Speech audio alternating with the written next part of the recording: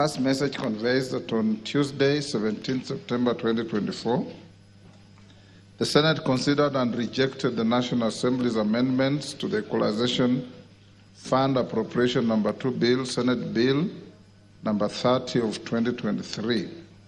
You will recall that this House considered and passed the bill with amendments on 13th June 2024. Thereafter, I refer the bill back to the Senate for reconsideration in accordance with the provisions of Article 112(1)(b) of the Constitution. Honourable members, the decision of the Senate on the National Assembly's amendments to the Equalization Fund Appropriation Number 2 Bill, Senate Bill Number 30 of 2023, effectively commits the bill to a mediation committee pursuant to the provisions of Article 112(2)(b) of the Constitution. Consequently, the Speaker of the Senate has appointed the following senators to the mediation committee on the bill: Senator Joe Nyutu MP, Senator Mohammed Abbas Sheikh MP, Senator Professor Margaret Kamar EGH MP, Senator Tabitha M. Mutinda MP, Senator Daniel Maanzo MP, Senator Beatrice Ogola MP, and Senator Faki Mohammed Mwinyihaji MP. Honourable members, in order to fully bill, the National Assembly is required to appoint 7 members to sit in the committee. I therefore call upon the majority and minority leadership of the House to nominate members to represent the National Assembly in the mediation committee by 7 p.m. today, Tuesday, the 8th of October 2024. I will then communicate to the House tomorrow the National Assembly members appointed to this mediation committee to ensure timely commencement of the mediation process. Honourable members, the second message conveys that on Thursday, 3rd October 2024, the Senate considered and passed the Division of Revenue Amendment Bill, National Assembly Bill Number 38 of 2023, with amendments. You'll also recall that on 7th August 2024, this House considered and passed the bill with amendments, following which I refer the bill to the Senate for consideration in accordance with the provisions of Article 110(4) of the Constitution. The Senate has now referred the bill back to the National Assembly for reconsideration. Honourable members, with respect to the Division of Revenue Amendment Bill 2024, I direct the clerk to circulate the Senate amendments to the bill to all members. Thereafter, the amendments will stand referred to the Budget and Appropriations Committee. I urge the committee to expedite consideration of the Senate's amendments and report back to the House on Tuesday, 15th October 2024. Conscious of the House, that the House is scheduled to proceed on a short recess next week, I direct that the matter be prioritized for consideration on the same day. As and to remind members that the conclusion of the Bill 2024, which was referred back to the Senate under Article 115 of the Constitution by His Excellency the President following rejection of the Finance Bill 2024. This will facilitate disbursement of the requisite funds to account governments and avoid further stalling of operations of the devolved units. The House is accordingly guided. I thank you. Next.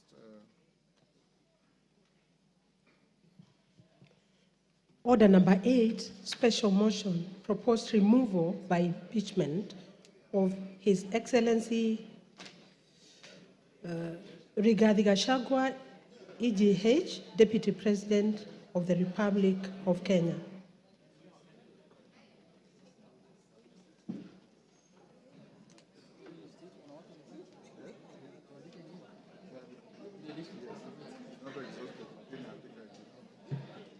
Honourable members, we are back to the motion.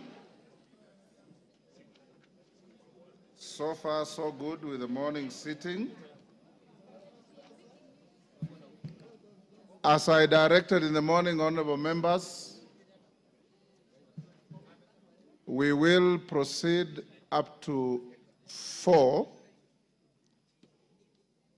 No, up to 5. The Deputy President indicated he will be here by 4.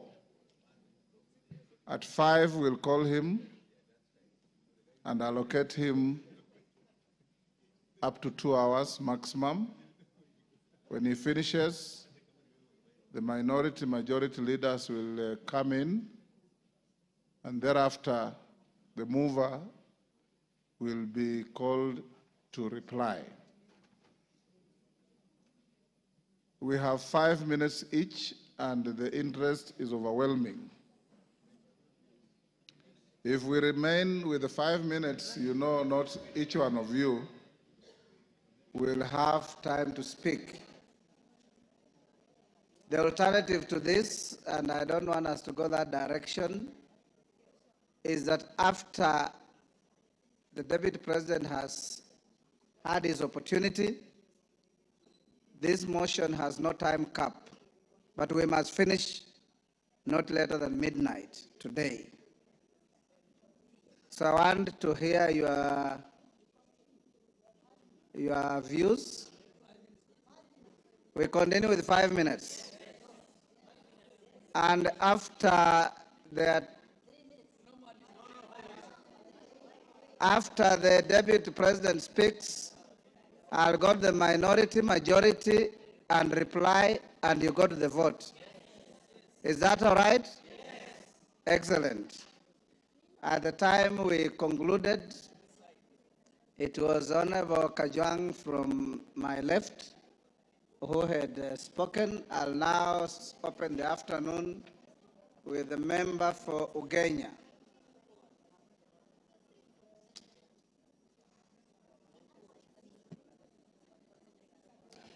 Thank you so much, Mr. Speaker.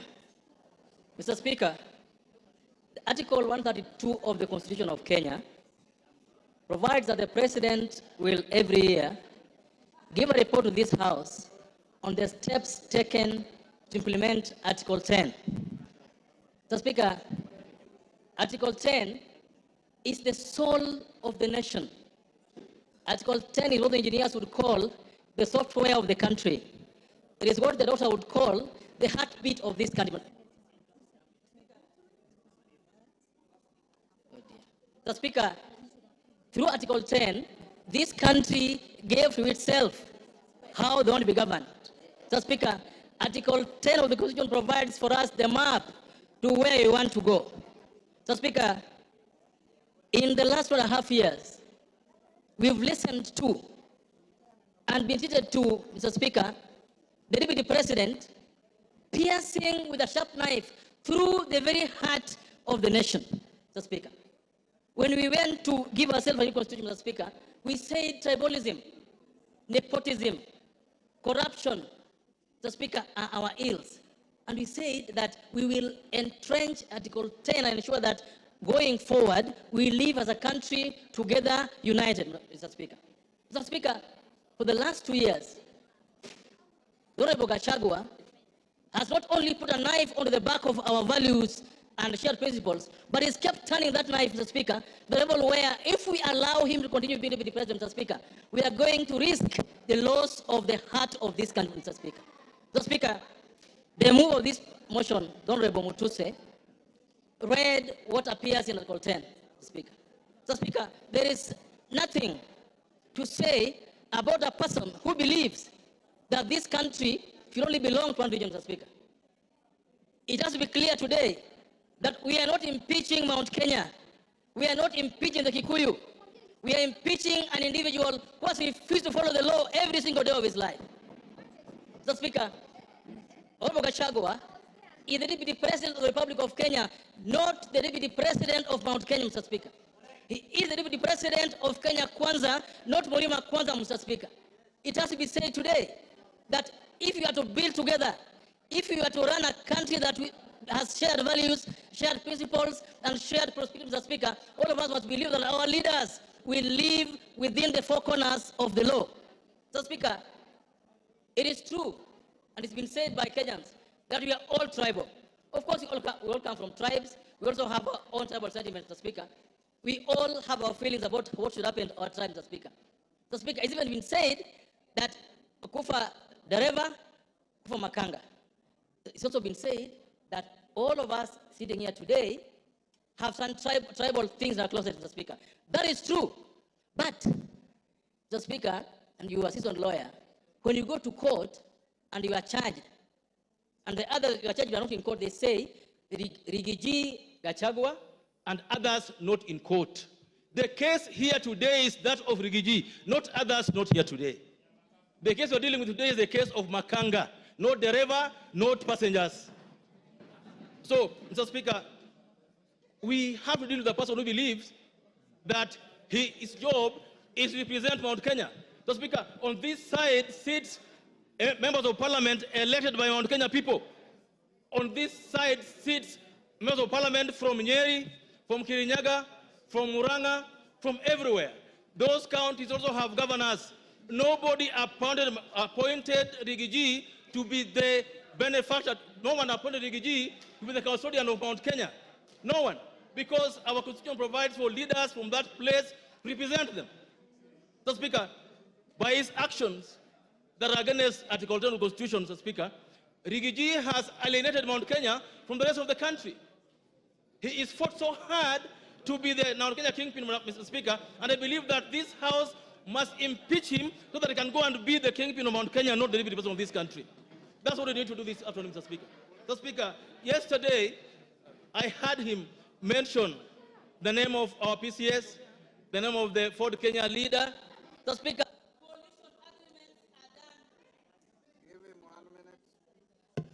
political arguments are done between parties and among parties, Mr. Speaker.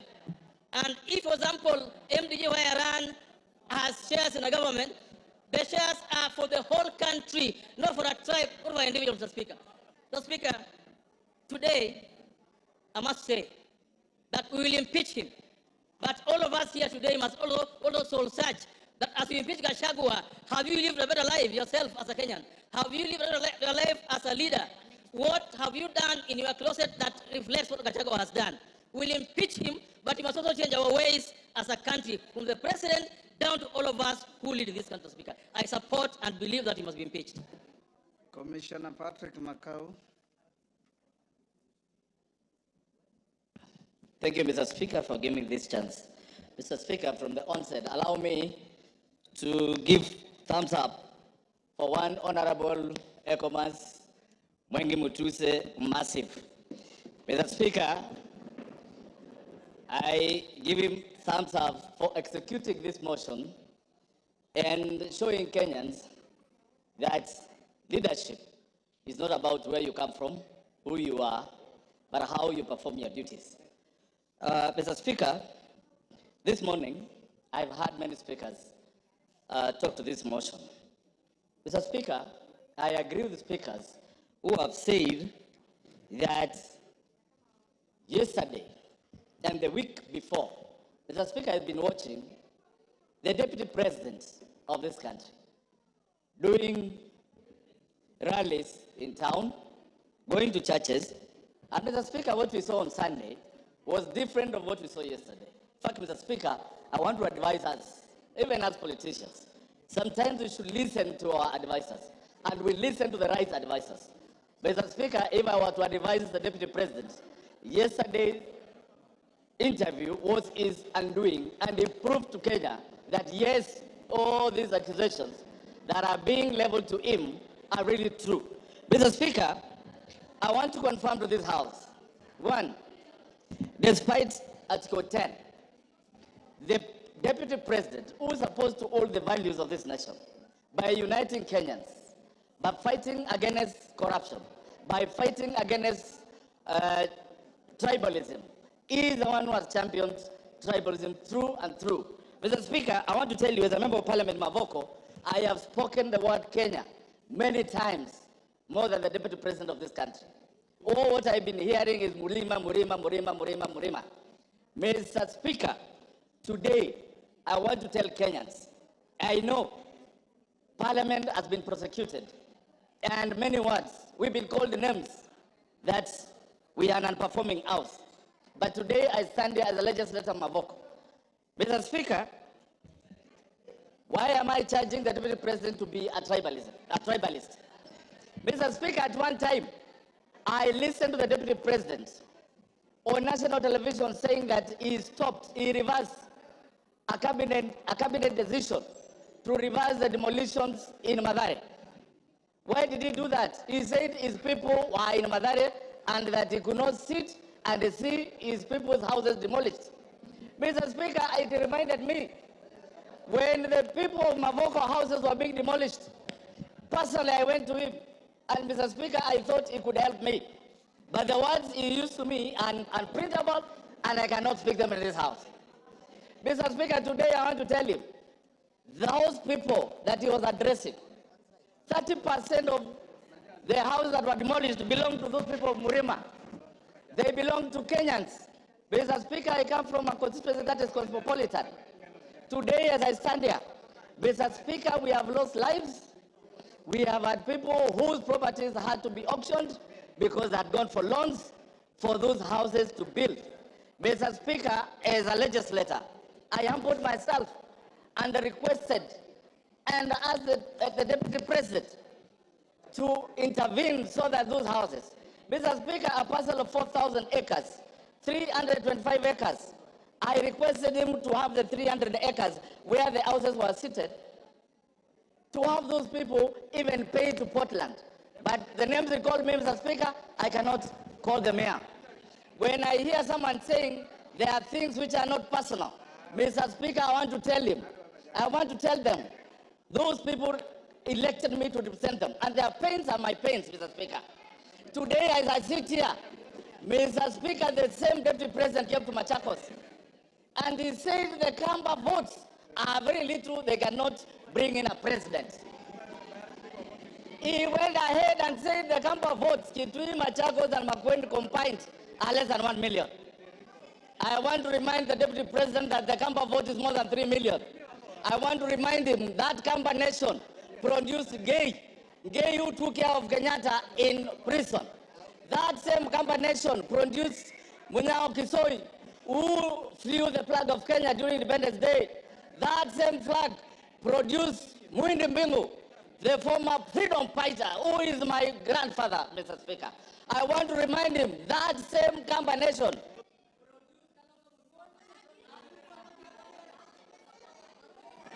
Give him 1 minute. 1 minute. Mr. Speaker, that same Kamba nation that you said their votes were useless, they are the ones who are running every night now, calling for them to come and save you in this budget motion. Mr. Speaker, I want to remind him that every tribe in this country is important and he should live to respect them. I support this motion for every reason and every accusation that he has been accused of. I thank you, Mr. Speaker. Honorable Sani.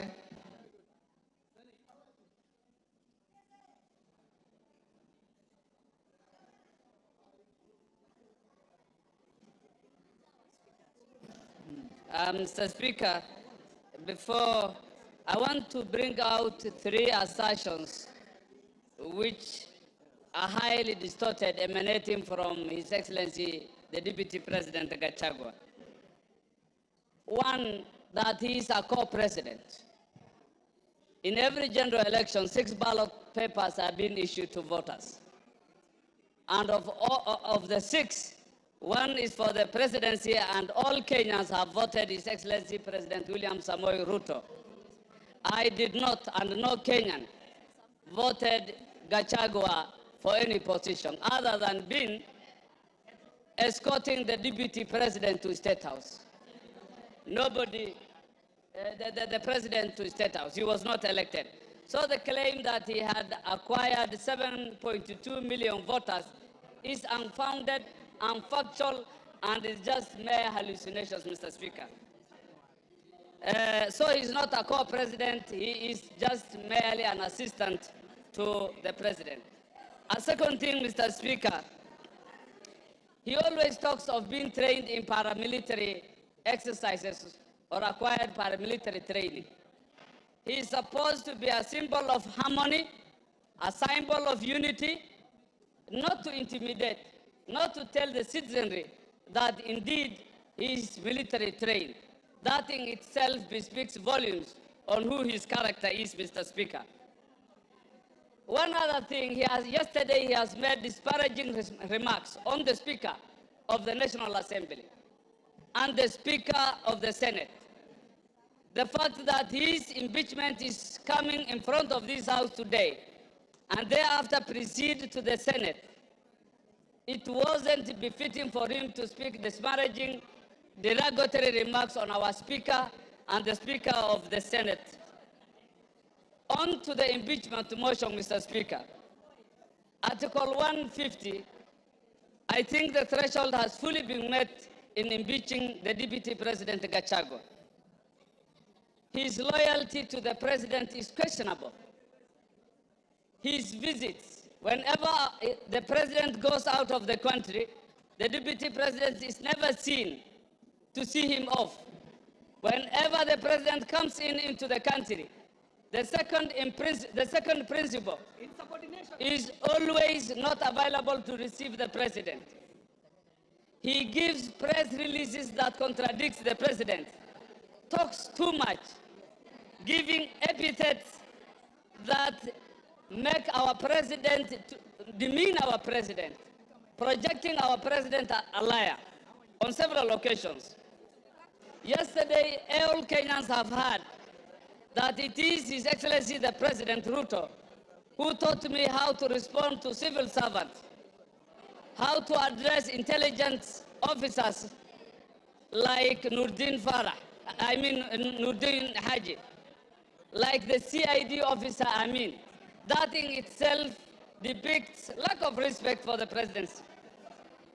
Mr. Speaker, it is clear in our Constitution that he is the second in command as espoused in Article 147.3, as read with 134. This he has failed.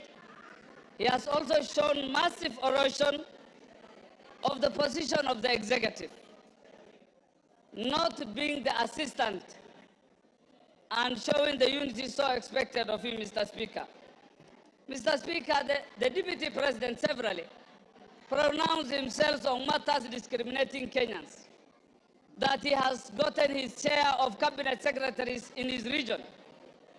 Cabinet secretaries belong to all Kenyans, and I think that doesn't befit. He has addressed public servants in public, and in all aspects, he has violated Article 232, which is the same principles that is expected for the executive.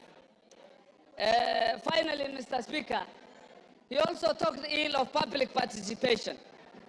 The courts have declared themselves that public participation was well done, and yesterday it was clear that he was contemptuous that the public participation done by the National Assembly did not meet the required threshold. And that, I believe, is also being so contemptuous of this House. With those few remarks, I support the impeachment. Thank you. Rafael Wanjala.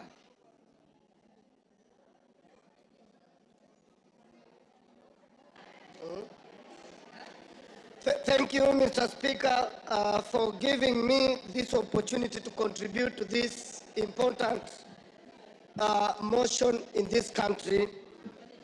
Mr. Speaker, this is my second motion since I became Member of Parliament, the second one to discuss impeachment of our Deputy President. Mr. Speaker, I'm very disturbed the way our Deputy President has been behaving, because the Deputy President is principal assistant of the President. But always when the President goes out of the country, the guy recedes back to Murima, and then he starts asking Mr. President so many questions instead of running the country when the President is away. He's never available in Nairobi, except he's only available in his village, trying to ask Mr. President questions, and that, Mr. Speaker, has really annoyed some of us. Mr. Speaker, when there were floods, this Deputy President, Mr. Speaker, was assigned by the President that he's supposed to take care of the disaster that was there at that time. The man never moved from his home yard to other areas. He was never in Nyando, he was never in Budalangi, he was nowhere, and all the food he directed to his backyard. Mr. Speaker, I want to be very brief. Yes, Mr. Speaker, this deputy president. Order, Wanjala, there's a point of order. Yes, Muya. Honorable Speaker, is the member in order to say the Deputy President has never moved out of his backyard, while it is on record and on public domain that he has been in Kisumu, in Busia, in Mombasa, in all parts of the country? Mr. Speaker, the Deputy President will only be seen in those places when he is accompanying the President. But he has never come on his own to see the destruction of floods. Mr. Speaker, these people of EACC did a service to this country. Because for you to be elected, you must go through EACC. Mr. Speaker, this Deputy President was a DO. And Mr. Speaker, he was a DO, and as a DO, he was sacked on 30th July 1997 as a DO. And the reason why he was sacked, and I will table this later, that the ESCC did not do its work and it cleared him to be a member of parliament and to be a deputy president. Yes, he was not supposed to be because of his misconduct. Mr. Speaker, this letter is read as Mr. Geoffrey Rigathi Gachagua, District Officer 1, Laikipia, through Provincial Commissioner, summarily dismissal. Reference is made to our letter dated 19th May 1989 on your appointment to the position of District Officer. I and your response statements to show cause for gross misconduct, desertion of duty, and reported mismanagement of relief food for Laikipia District. These are thieves. In this regard, we wish to notify you that your employment contract has been terminated forthwith. Consequently, you are required to report to the Rift Valley Provincial Commissioner for handover and clearance. This was signed by Queen Rua. Mr. Speaker, this was a wrong man to be in this office in the first place. This one, for Kenya to grow, Gachagua must go. To stop tribalism, Gachagua must go. For Kenya to unite, Gachagua must go.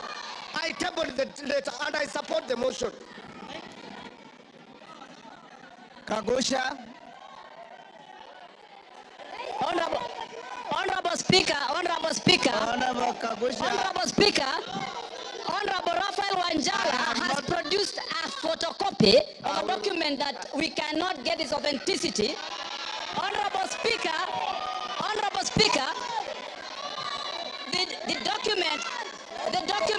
the document that Honorable Raphael Wanjala is referring to is not. Order, Honorable Kagusha. Order. Take your seat, Honorable Kagusha. Honorable Kagusha, first, from where you are sitting, you have not seen the document. Secondly, the Speaker is fully conversant with the rules of admissibility. And I'll look at the document and I'll direct you on how to use it. I thought I had given you an opportunity to contribute. You are going at a tangent that is totally unnecessary. If you want to contribute, that is what I had given you. If you are not ready to contribute, I give somebody else.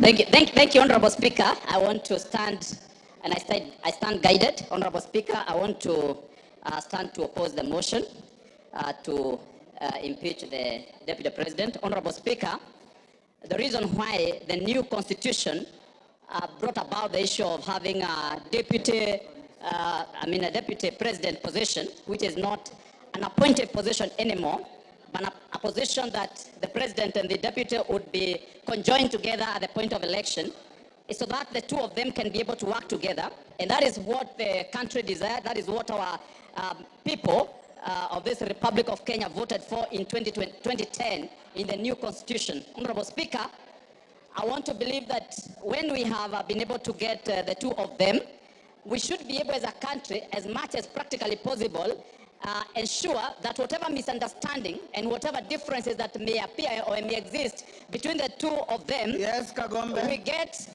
Kagusha, hold. Honorable Gigi Kagombe, what's your point of order? Mr. Speaker, is the honorable member in order to disparage the Constitution and mutilate it in the manner he is doing by disputing the provisions of Article 150 of this Parliament to remove a sitting Deputy President? It is constitutional, it is written, it was passed by us in 2010, and that work is given and granted by the Constitution to this Parliament. Therefore, the fact that the President and the Deputy President were elected together doesn't stop the provisions of Article 150. So therefore, it should withdraw. Honorable Speaker, you know there's a reason why Honorable Kagombe is called Kagombe and not Kigombe. It's because a small cow jumps before he jumps, you know, a small cow. Honorable Speaker, Honorable Speaker, Honorable Speaker, Honorable Speaker, Honorable Speaker, you know. Take your seat. Order. Order, honorable members, order. Order. Honorable Kagusha, take your seat. Order, honorable Members, order. Honorable Kagusha, you are here the whole morning, and I did direct to the House. Order. Order. Order, Nabuin. Take your seat. Honorable members, we have done very well since morning. This may be an emotive motion, but as leaders, leave your emotions at that door when you come to this House. And I want to encourage you, honorable members, Honorable Kagusha, treat your colleagues the same way you would want them to treat you. Don't make any disparaging remarks. Don't purport to misinterpret the meaning of the name of a colleague, because that's not your duty. We just withdraw and apologize to Kagombe and proceed with your contribution. Thank you, Honorable Speaker. Honorable Speaker, I want to withdraw the naming of Honorable Kagombe and apologize, Honorable Speaker. No. Honorable Speaker, I also hope that you have noted the Honorable Amombi has hit me with a bottle of water. Honorable Speaker, and that is unparliamentary. Is that Honorable member should rule, Order. Honorable Amombi, did you throw a bottle? Take your seat. That is very unparliamentary. Take your seat.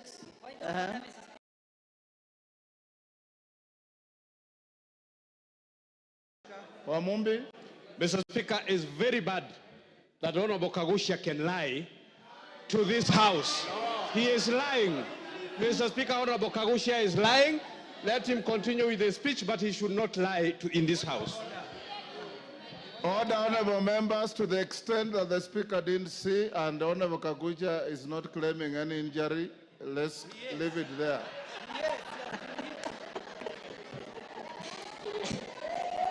Honorable Speaker, I am of the opinion we have a respectable gentleman by the name Henry Kissinger, and Henry Kissinger did state that the quest for peace and order has two elements that are sometimes treated as contradictory.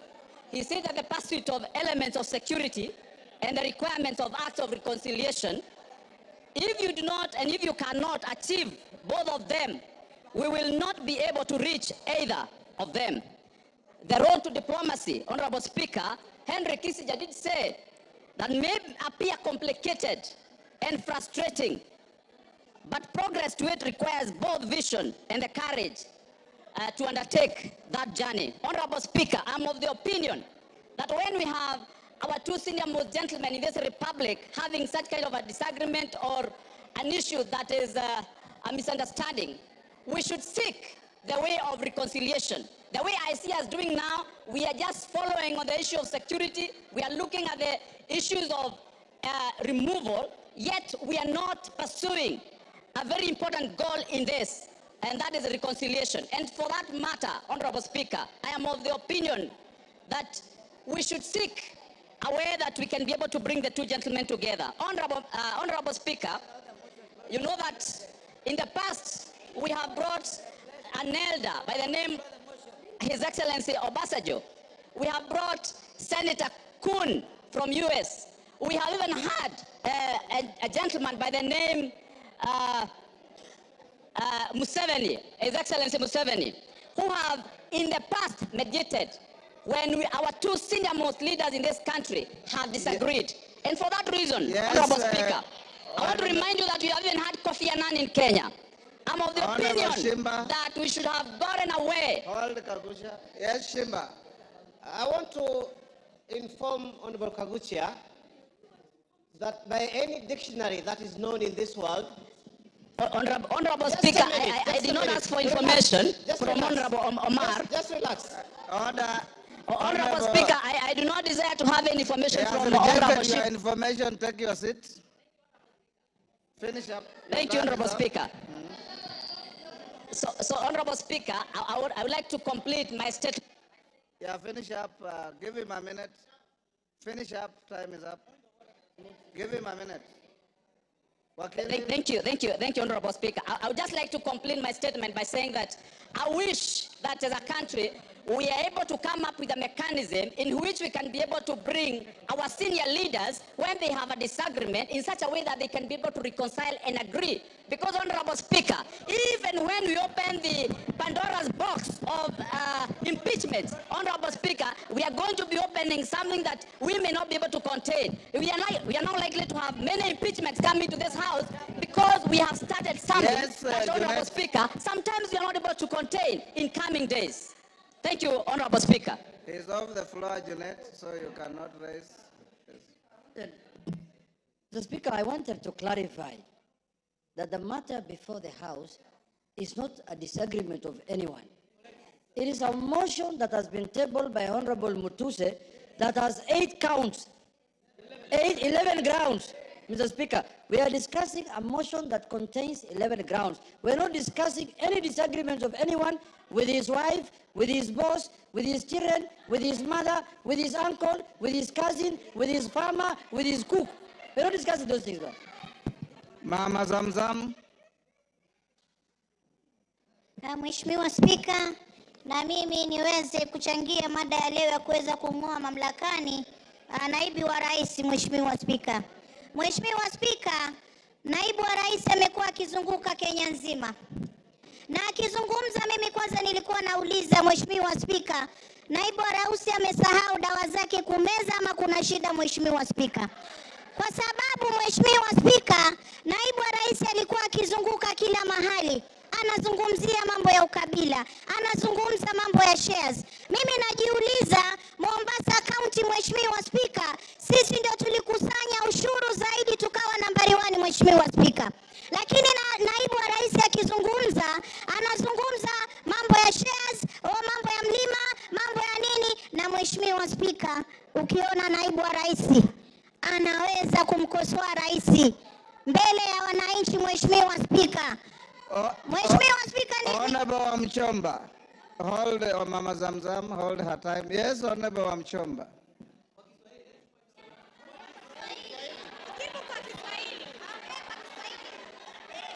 Order, honorable members, order, Honorable Wamchomba. Bwana Spika, nasimama kuuliza kama... Order, hold on. Which standing order has been breached? Side the standing order. Point of information, clarification.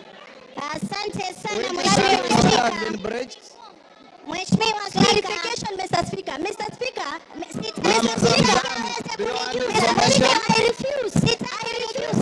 I refuse to be muted when I have something that I need the honorable member to clarify. The honorable member must clarify.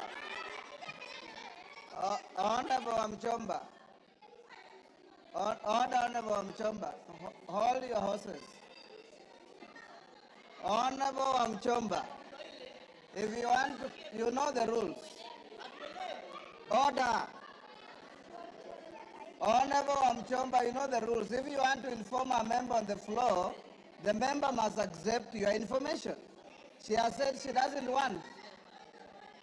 Under what standing order? Mr. Speaker, the honorable member has talked about that Mr. Deputy President alisahau kunywa dawa.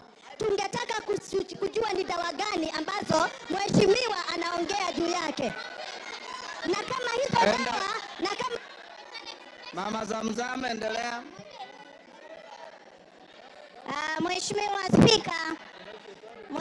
Spika, wajua ndio makosa ya kupatia mabubu kuzungumza. Mheshimiwa Spika, mimi nimesema huenda ikawa, sijasema amesahau, nimesema huenda ikawa, nilifikiria, nilikisia. Lakini Mheshimiwa Spika, kiongozi kama yule ambaye siku zote anajua makabila yote Kenya tunakaa kwa amani, tumeoana, tunaelewana, Mheshimiwa Spika, anataka kuturegesha kwa makabila kama vile tulivyokuwa na mambo ya Kaya Bombo, kama tulivyokuwa na zile baada ya kura za 2007 2008. Mheshimiwa Spika, watu walipoteza maisha yao kwa sababu ya ukabila. Mheshimiwa Spika, mimi nakaa nikishangaa. Deputy President alikuja Mombasa, amesimama juu ya gari anatafuna ndizi na mahindi choma. Mheshimiwa Spika, kwanza alitupa takataka pale, alikuwa juu kama kuna watoto wetu ndio ufagia. Mheshimiwa Spika, Mheshimiwa Spika, pale juu ya gari Deputy President anazungumza akisema kuwa yule gavana atoe pesa za floods, wakati anajua 14 billion kutoka World Bank ambayo ni ya disaster management. Mheshimiwa Spika, zilikuwa kwa ofisi yake na aliziramba. Mheshimiwa Spika, alikuwa anajua 6 billion tuliweka hapa katika bajeti. Mheshimiwa Spika, hakuzileta Mombasa. Mheshimiwa Spika, yule ni kiongozi wa kugonganisha watu. Mheshimiwa Spika, na ndio maana anajiuliza kwa miaka miwili kampuni 22. Mheshimiwa Spika, hata mimi moja sina. Miaka miwili kampuni 22 na zote zina 5.7 billion ya mtoto, ya mke, ya nani, kisha bado unaenda kuchukua mali ya ndugu yako, unaacha mayatima, unaacha mjane, unamtesa, kisha utatuambia nini katika taifa la Kenya? Mheshimiwa Spika, mimi leo nasema ngatuliwe, nasema kwa kutesa mjane, Gachagua must go. Kwa kukula pesa za mahindi, Gachagua must go. Kwa kutesa ukabila na Kenya, Gachagua must go. Asante sana Mheshimiwa Spika. Ngogoyo.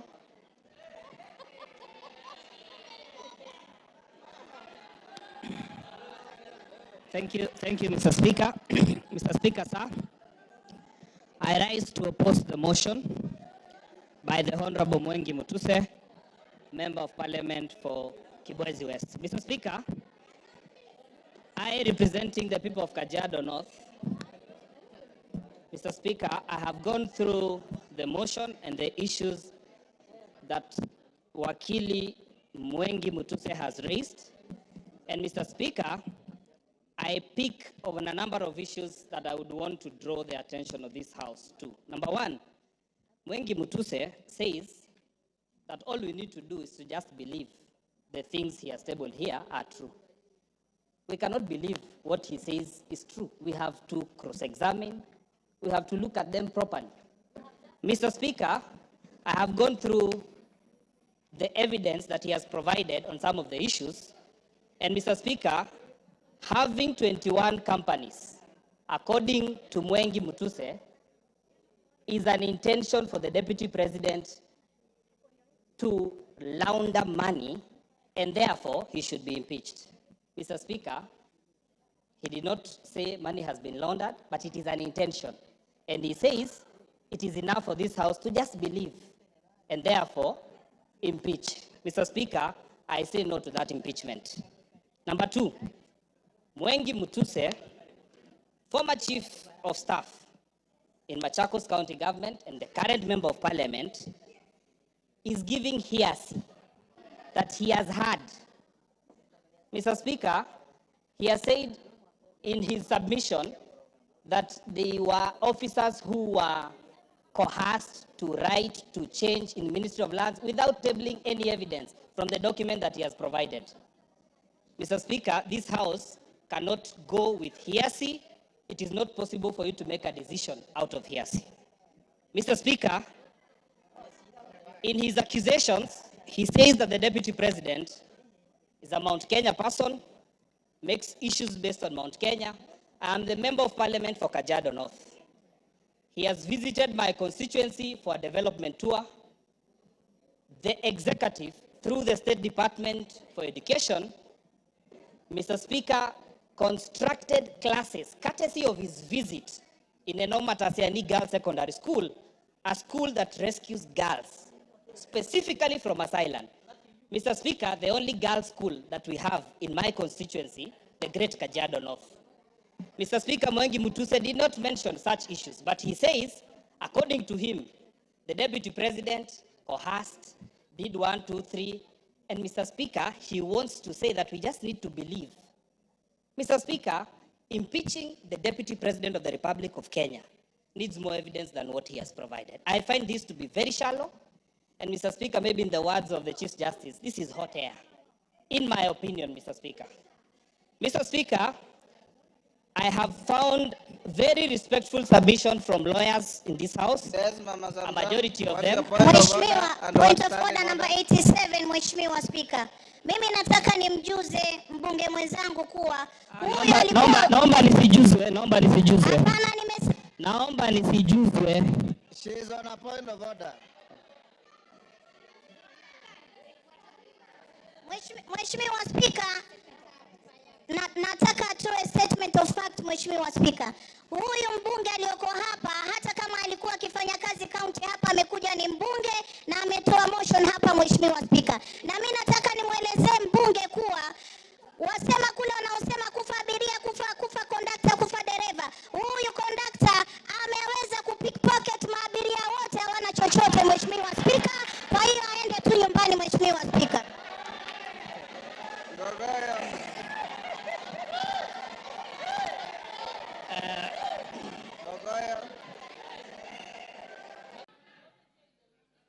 The Deputy Speaker spoke to that. Thank you. She has a vote unlike the Speaker. Yeah, but Mr. Speaker, I just want to say that I find on this proceedings. Okay, because I respect you, Mr. Speaker, I will not engage on that matter. Therefore, Mr. Speaker, I want to submit that Ngogoyo Onesmus Nguro, Member of Parliament for Kajiado North, says no to the impeachment of the Deputy President of the Republic of Kenya. Member for Taveta. Member for Taveta.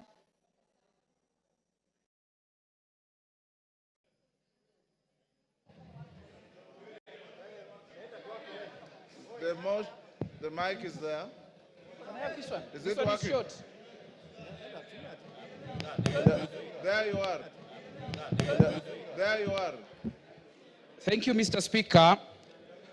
For a start, Mr. Speaker, I rise to support the motion by my learned colleague, Honorable Mutuse. Most of the things, Mr. Speaker, have been said, but allow me to say a few things. Number one, allow me to borrow on the then Council of White House during the Clinton administration. He said, impeachment is not a remedy for private wrongs. It's a method for removing someone whose continued presence in office would cause danger to the nation.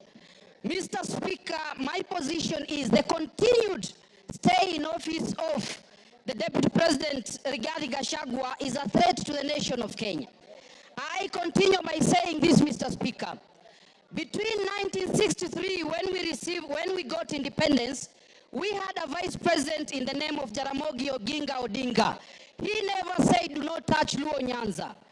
During the President Moi's regime, we had George Saitoti. We had Musalia Mudavadi. He never said, do not touch Luya Nation.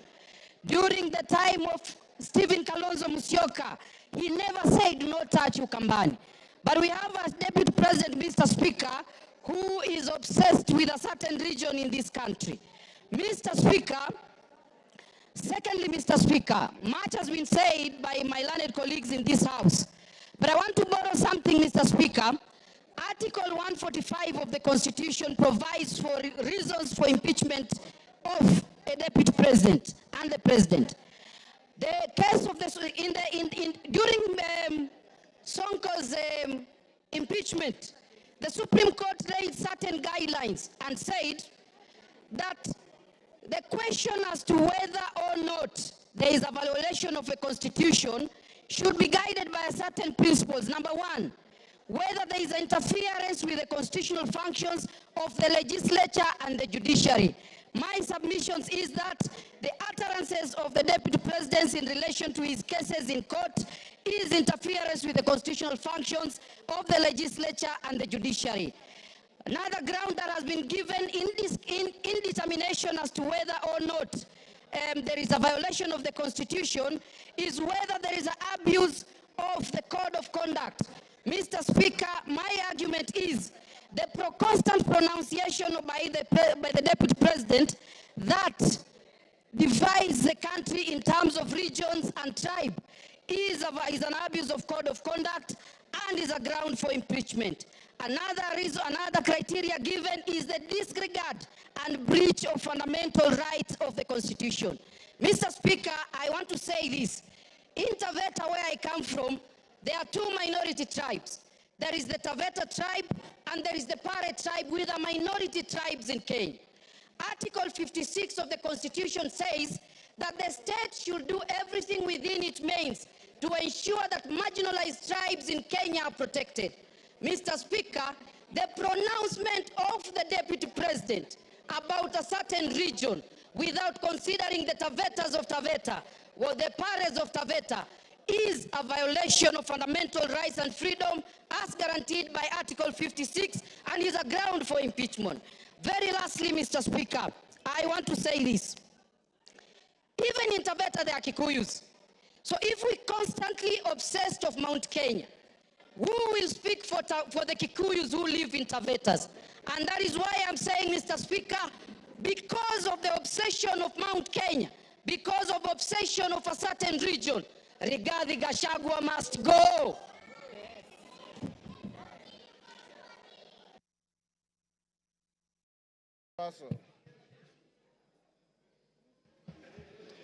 Thank you very much, Honorable Speaker. Honorable Speaker, I want to start with there was a spat between the Pope and Napoleon in 1800. And this is what Napoleon asked the Pope. Pope, how many divisions do you have? Then the Pope replied, I have the Catholic Church. Honorable Speaker, yesterday, during the interview, the Deputy President came up strongly to almost insinuate that this Parliament is a bunch of clowns. But this Parliament is guarded by so many things. But the very important instrument this Parliament wields is this thing called the Constitution. It is the supreme law of the land. Honorable Speaker, one of the reasons why the Deputy President must be impeached is the issue of national unity. He came on public stage to talk about one issue that eventually will discriminate the minorities. One man, one vote, one shilling. That is important in the way he says. But in a sense, the regions that are behind, that are discriminated, that are marginalized, will continue to be behind. Honorable Speaker, Article 56, A1, it talks about minority groups, why they must be in government, why they must be represented. Honorable Speaker, this country must move forward, and it must move as one nation, one people. We are of different nationalities. It is the Deputy President who stood in a public place to say that the problem of this country is the Somalis. The Somalis are part and parcel of this nation. They have done great contribution to this country, and they cannot be excluded for anything. Honorable Speaker, the second issue, why the Deputy President must and he has to leave that office, is on the matters of national security. He is privy to National Security Council meetings. He attends. Sometimes he could chair. For him to come out and divulge those information to public of need-to-know basis, then it means he has crossed the red line. Honorable Speaker, the third issue is Article 147. The Deputy President is the principal assistant to the President. And sometimes when the President is away, he's delegated to be the President. This happened in the 11th Parliament when Uhuru Kenyatta was attending ICC. And he wrote down that President Ruto will act on his behalf. It can happen even this time. If we have a president who is already determined to discriminate some parts of the country, then how do we trust him with power? Honorable Speaker, lastly, he is not assisting or supporting the president. Finance Bill 2024-25 was thrown out by Parliament, was thrown out by the people. Not that people didn't want it, not Parliament didn't want it, because he never supported it. He kept on campaigning against the finance bill. For those reasons, Honorable Speaker, I think the Deputy President must be impeached. Thank you, Honorable Speaker. Farah Maalim.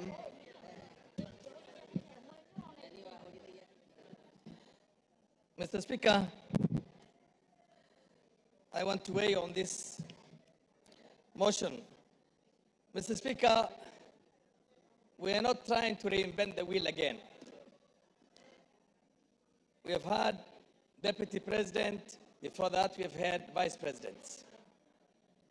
One, Andrei Gromyko of Russia, was one time asked why he has remained as the Deputy President for so long. And somebody else said, to be a Deputy President, you have to have the capacity to sit on a block of ice with your pants down and make a green. A Deputy President is no more than a personal assistant to the President. And that's how it's provided for in all constitutions, all over. I haven't seen one in which certain executive authority is given to the Deputy President.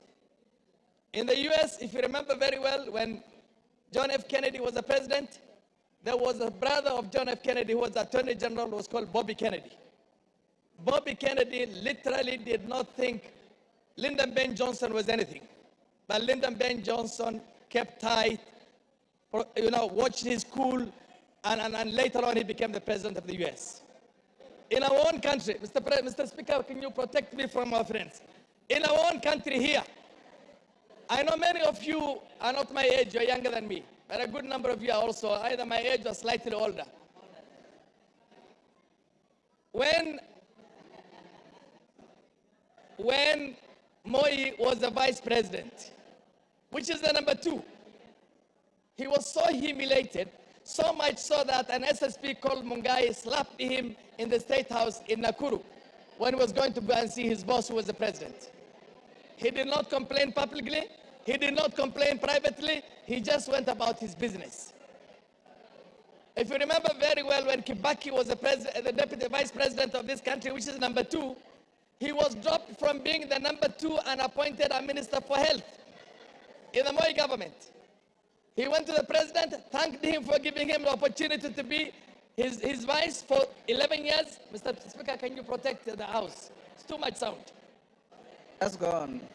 He thanked him for giving him an opportunity to serve as his assistant or as the vice president for 11 years and took up his job as the Minister for Health with a gusto and did a fantastic job as one of the best health ministers we've had in this country.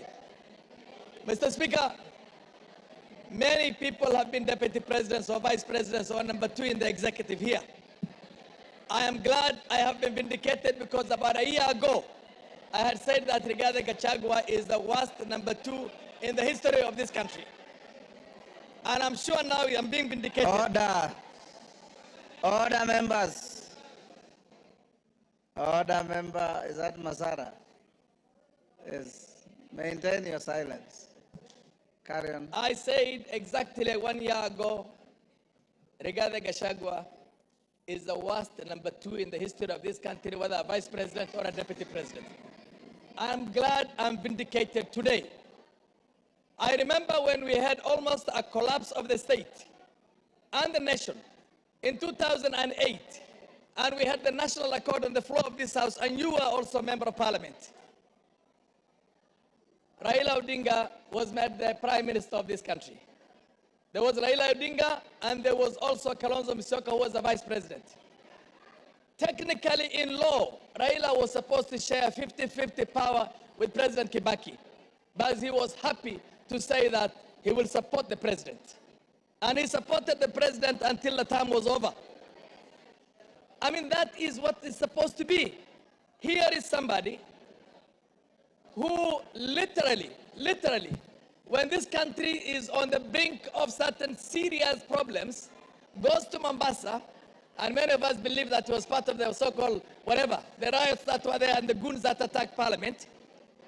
And then he creates a parallel press conference in Mombasa in which he castigates the policies of his own boss, including castigating people whose authority is driven by the appointment by the president and passed by this parliament, passed by this house. Mr. Speaker, this man is bad for this country. This man is a heartbeat away from the president. God forbid, if anything were to happen to our president, he is the president. He is a danger. There will be no Kenya. 1 minute. If Gachagua has anything to do with, as far as I'm concerned, he did not even give me the benefit of saying that let's be careful with the Somalis, we don't like Somalis. He called us warrior. You know what I mean? He didn't give me even the respect or the courtesy. I could not say Mau Mau. I would say Kikuyus if I want to talk about Kikuyus, or look for any derogatory name. I will not look for that. He didn't give us even that respect of saying the Somalis of Kenya. He said warrior. They do not have any role. They are not shareholders in this government. And you know what? I come from a region, Wajir alone, Wajir County alone is bigger than Central Province, Mountain Region, Western Province, and Nyanza put together. And Nyanza, and you have not gone to Garissa, you have not gone to Mandera, you have not gone to Marsabit, where we share with our Cushitic brothers, you have not gone to Shiloh. He's talking about half the country, and he thinks we are from Somalia. Time is up. Your time is up. Yes, Dr. Kogo. Thank you so much, Honorable Speaker. Thank you, my brother, for allowing me to pass on this information. Apart from what you have said, Mheshimiwa, the Deputy President of the Republic of Kenya is on record for insulting women as Malayas. And I want to go on record. He said that the one and only beautiful Honorable Jematia is a Malaya. And somebody can negate that, and I have to say it. I thank you so much, Honorable Speaker. Yes, your time is up. Give him 1 minute. Okay, yeah, 1 minute. Mr. Speaker, Speaker. Yes. This country belongs to us all.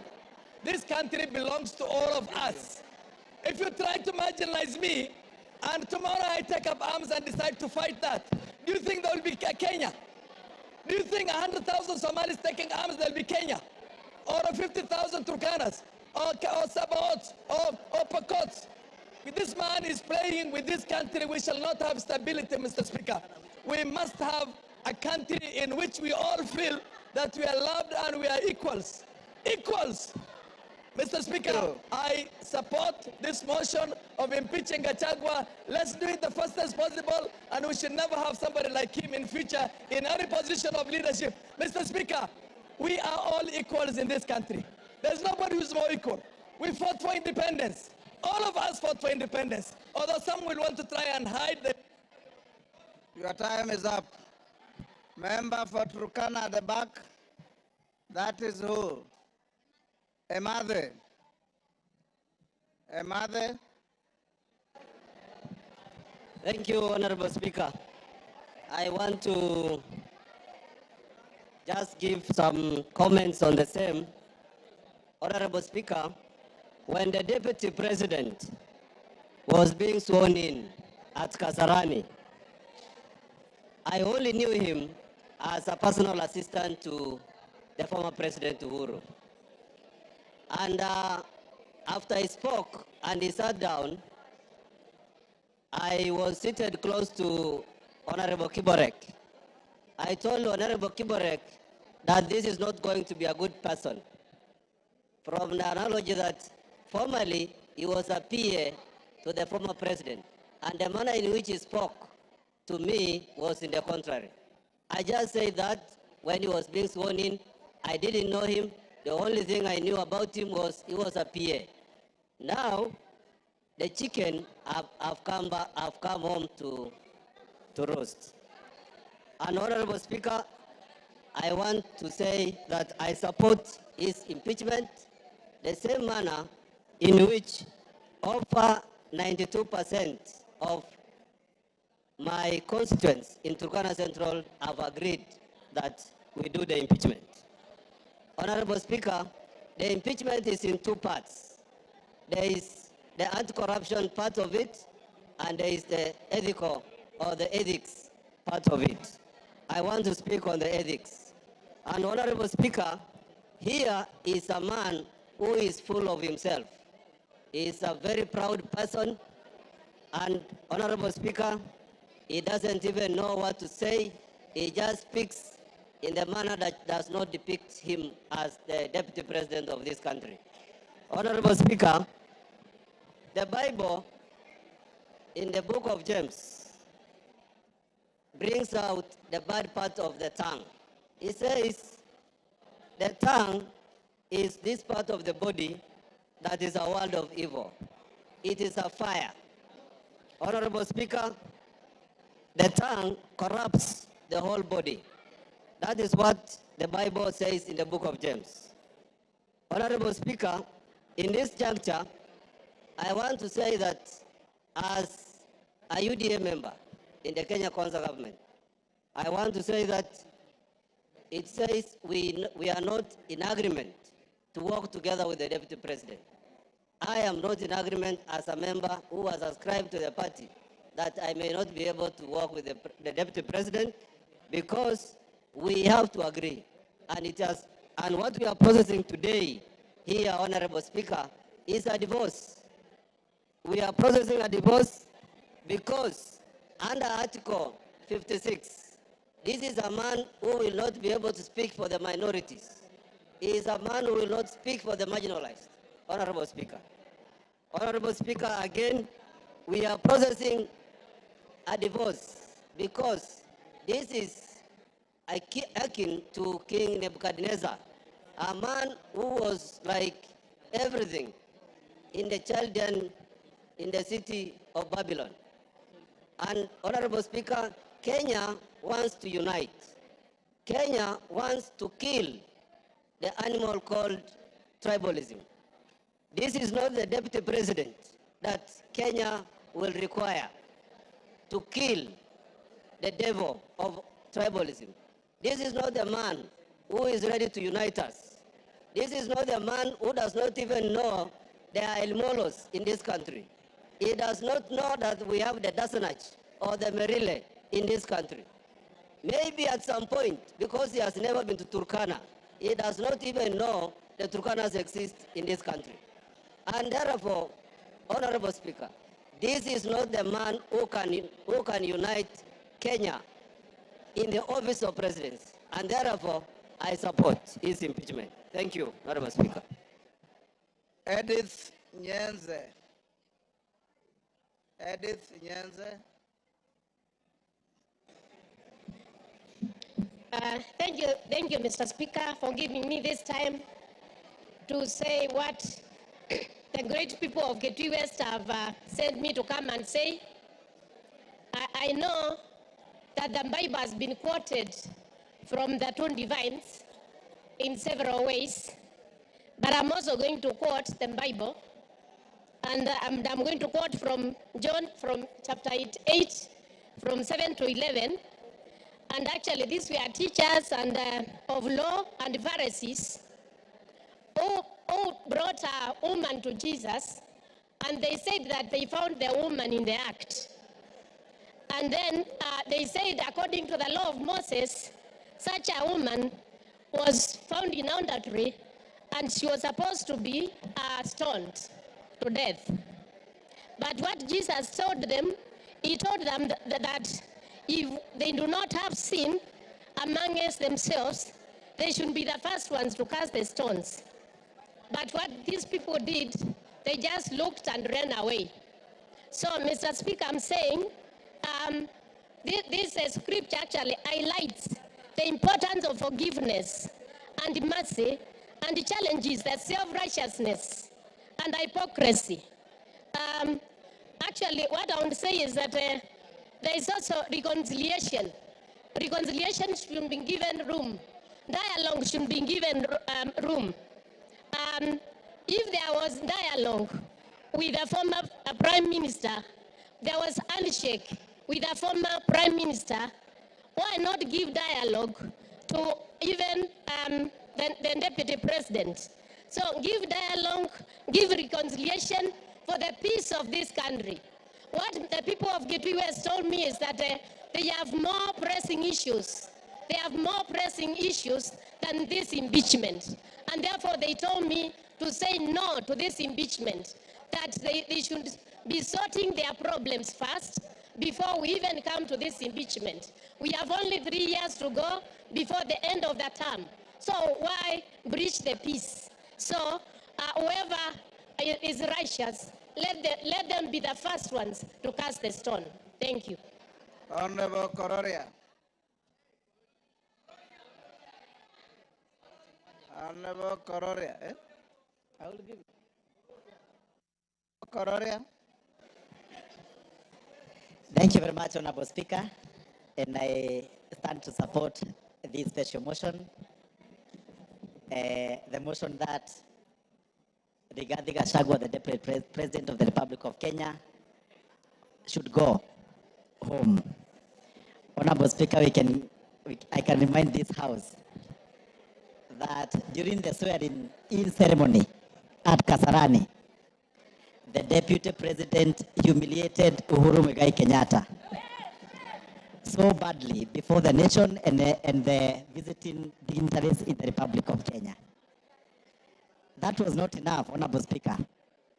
After 3 months, he started attacking young people in Mount Kenya region, calling them Mongeki, to an extent of attacking Maina Jenga and calling him the leader of Mongeki, Honorable Speaker. Later, Honorable Speaker, he was not comfortable and satisfied with that. He went ahead to refer to the members of parliament from Mount Kenya region as Gakonia and Kunda Gotome and Komereras, Honorable Speaker. That is not acceptable, Honorable Speaker, because we all come from the same region and we are elected by the people.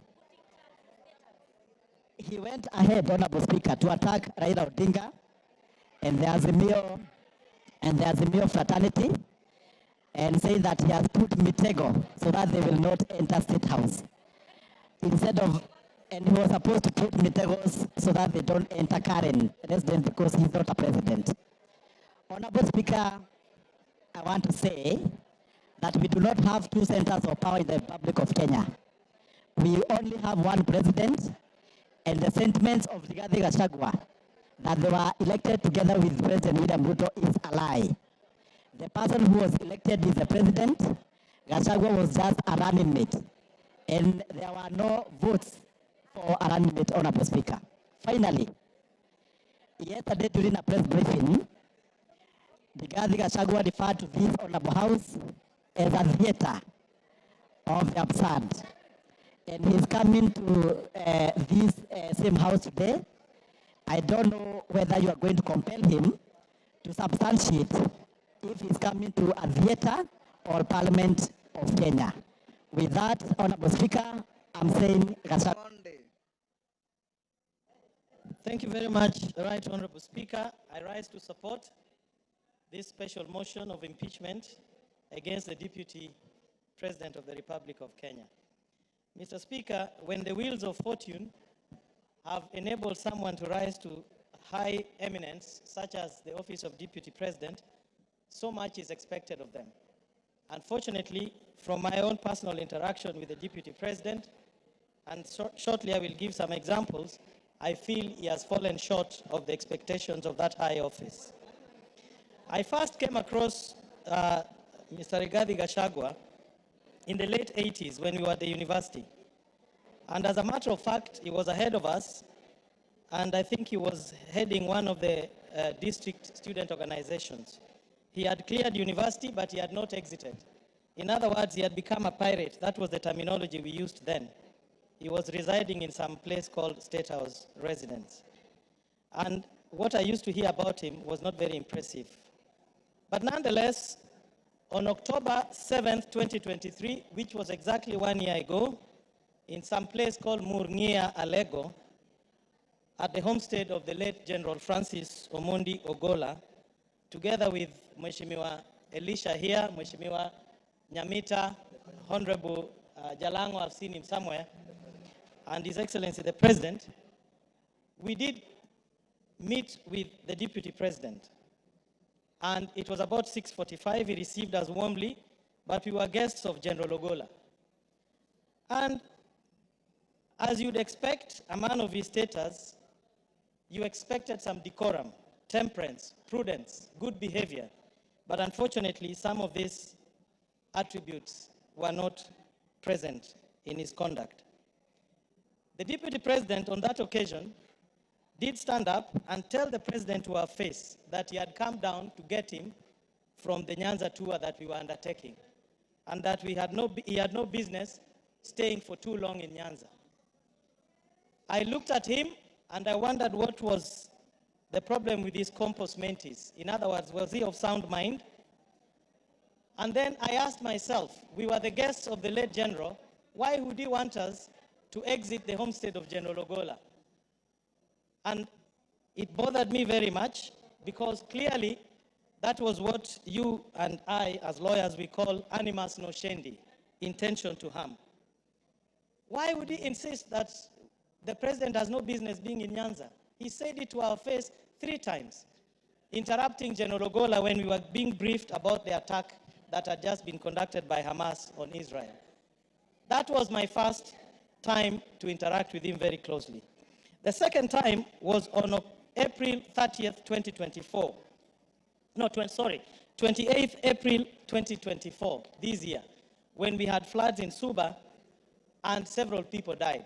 I did communicate with him by way of text. I sent him pictures, including that of a gentleman who had lost 3 children. And I asked him to avail to me the state resources that I could use to alleviate the pain and loss of my people. He did not respond. He did not call back. He did not show any interest. On 30th April 2024, I did contact Honorable Kagushia, who was sitting next to him at a rally in Nyeri. And I saw Honorable Kagushia whispering to him my message. And they texted me back that the Deputy President would come back to me. He never did. On 6th of May 2024, I again reached out to him in his capacity as the coordinator of relief. He did not respond. I support this motion, and I want to say this. What I found with Honorable Gachagua is lack of education. Obama says, education is not a name of any degree or certificate that can be shown to others as proof. Education is the name of our attitude, actions, language, and behavior with others in real life. I'm on behalf of people of Suba South, I am supporting this motion, and I want to inform the House, our role today as a grand jury is not to establish beyond reasonable doubt any of these charges. Our role is very simple. Our role is to say we have found triable issues, frame the charges, leave that trial to the Senate. And once we do that, we shall have discharged our duty. Mr. Speaker, I fully support. Thank you. Your time is up. Kanjori.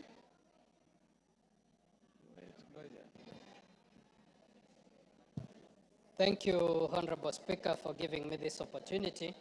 And Honorable Speaker, let me also add my voice to this very important motion. And let me start by saying I support the motion to impeach the Deputy President. Honorable Speaker, it should be understood that this is a motion that this House is making an attempt to save this country from a bad, divisive leader. Honorable Speaker, and allow me to thank the mover of this motion, Honorable Mutuse, for the courage that he has shown, and the 291 members who have signed this motion. Honorable Speaker, I say the courage because, Honorable Speaker, for a very long time, Kenyans have been watching helplessly, including the President of this country. They've been watching helplessly the Deputy President moving around this country, dividing this country into shares and dividing this country in tribal lines. Honorable Speaker, let me say my reasons for supporting this motion. First reason, Honorable Speaker, in 2022, the country suffered a very bad drought. And the government responded by giving relief to the pastoral communities whose families, most families were left without able to feed their families. Honorable Speaker, the Deputy President took most of that relief food to areas that were not affected by drought. Honorable Speaker, Kenyans should understand that this is not a motion or an impeachment against a tribe. It is a motion to impeach an individual who has shown, to use the majority leader's word, a black man with a black hat. This is a man who has shown that he does not care about the country, but his interest is in a small region. But it is actually interest that is driven by self-interest. It is not that he loves that region. We have seen that what he has amassed wealth for himself and not for the region. So, Honorable Speaker, I support. Thank you. Wamshomba.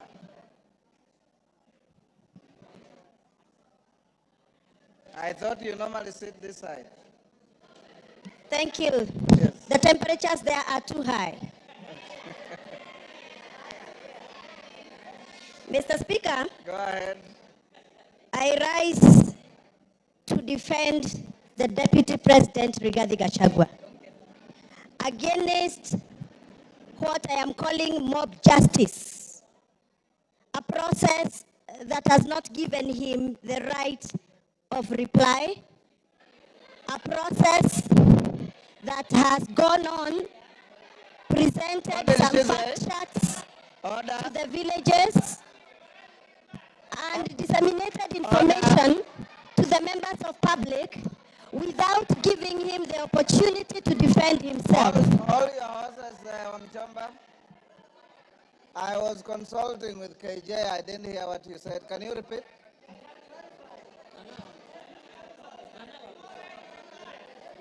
Can you repeat what you said? I can't hear you, Mr. Speaker. Repeat what you said. I didn't hear. I was consulting with Honorable Member for Dagoretti. I have said I rise to defend the Deputy President, the Honorable Rigathi Gachagua, against a process that I feel, personally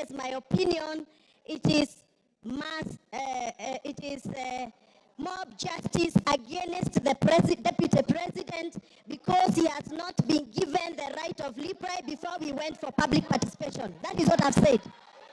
Honorable Wamchomba. According to the standing order here.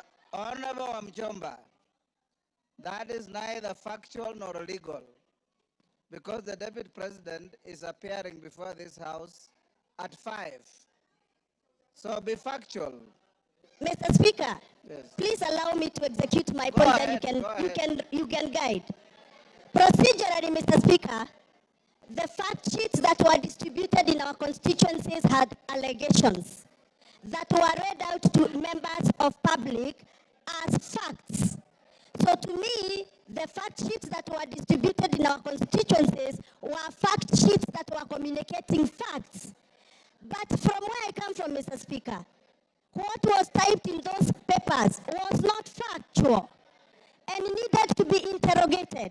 And I'm glad that the Deputy President is appearing in an hour's time here to come and clear the air. Mr. Speaker, before I defend and I give my submission, I request you to allow me to refer to the standing order number 91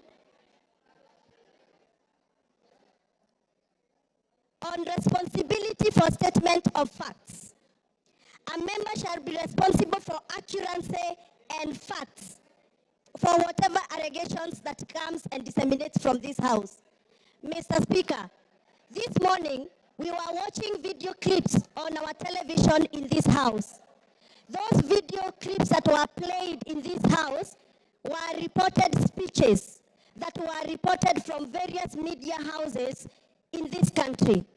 Mr. Speaker, according to the Kenyan Constitution and the Data Protection Act, it is our duty to clarify information before we disseminate and use it for a quasi-judicial process like we are handling today. Mr. Speaker, I would want your guidance whether those media clips that were used this morning in the floor of this house by the mover of this motion, whether those media clips were qualified to be used in this process of impeachment. Mr. Speaker, my other issue is I'll be glad that the mover of this motion clarifies that the allegation around the corruption issues on procurement matters have been taken through the right areas of Auditor General so that we can have fact to discuss this afternoon. Otherwise, according to me, the allegations that have been tabled by the mover of these motions are mere mudslinging, they are hearsay, they are gossips, and they must stop. And Mr. Deputy President must continue working for this country with all the energy, with all the labor, and with all the love that he has had. And those that feel that Mr. Deputy President has been biased into Mount Kenya politics, please forgive us, but we must tell you, everybody has their home. The Deputy President comes from Mount Kenya, and every good thing starts from Jerusalem. Even Jesus had to start his good work from Jerusalem. We are the Jerusalem. We shall continue allowing the Deputy President to do the work he's been doing in Mount Kenya, even as he tries and attempts to work in other parts of this country.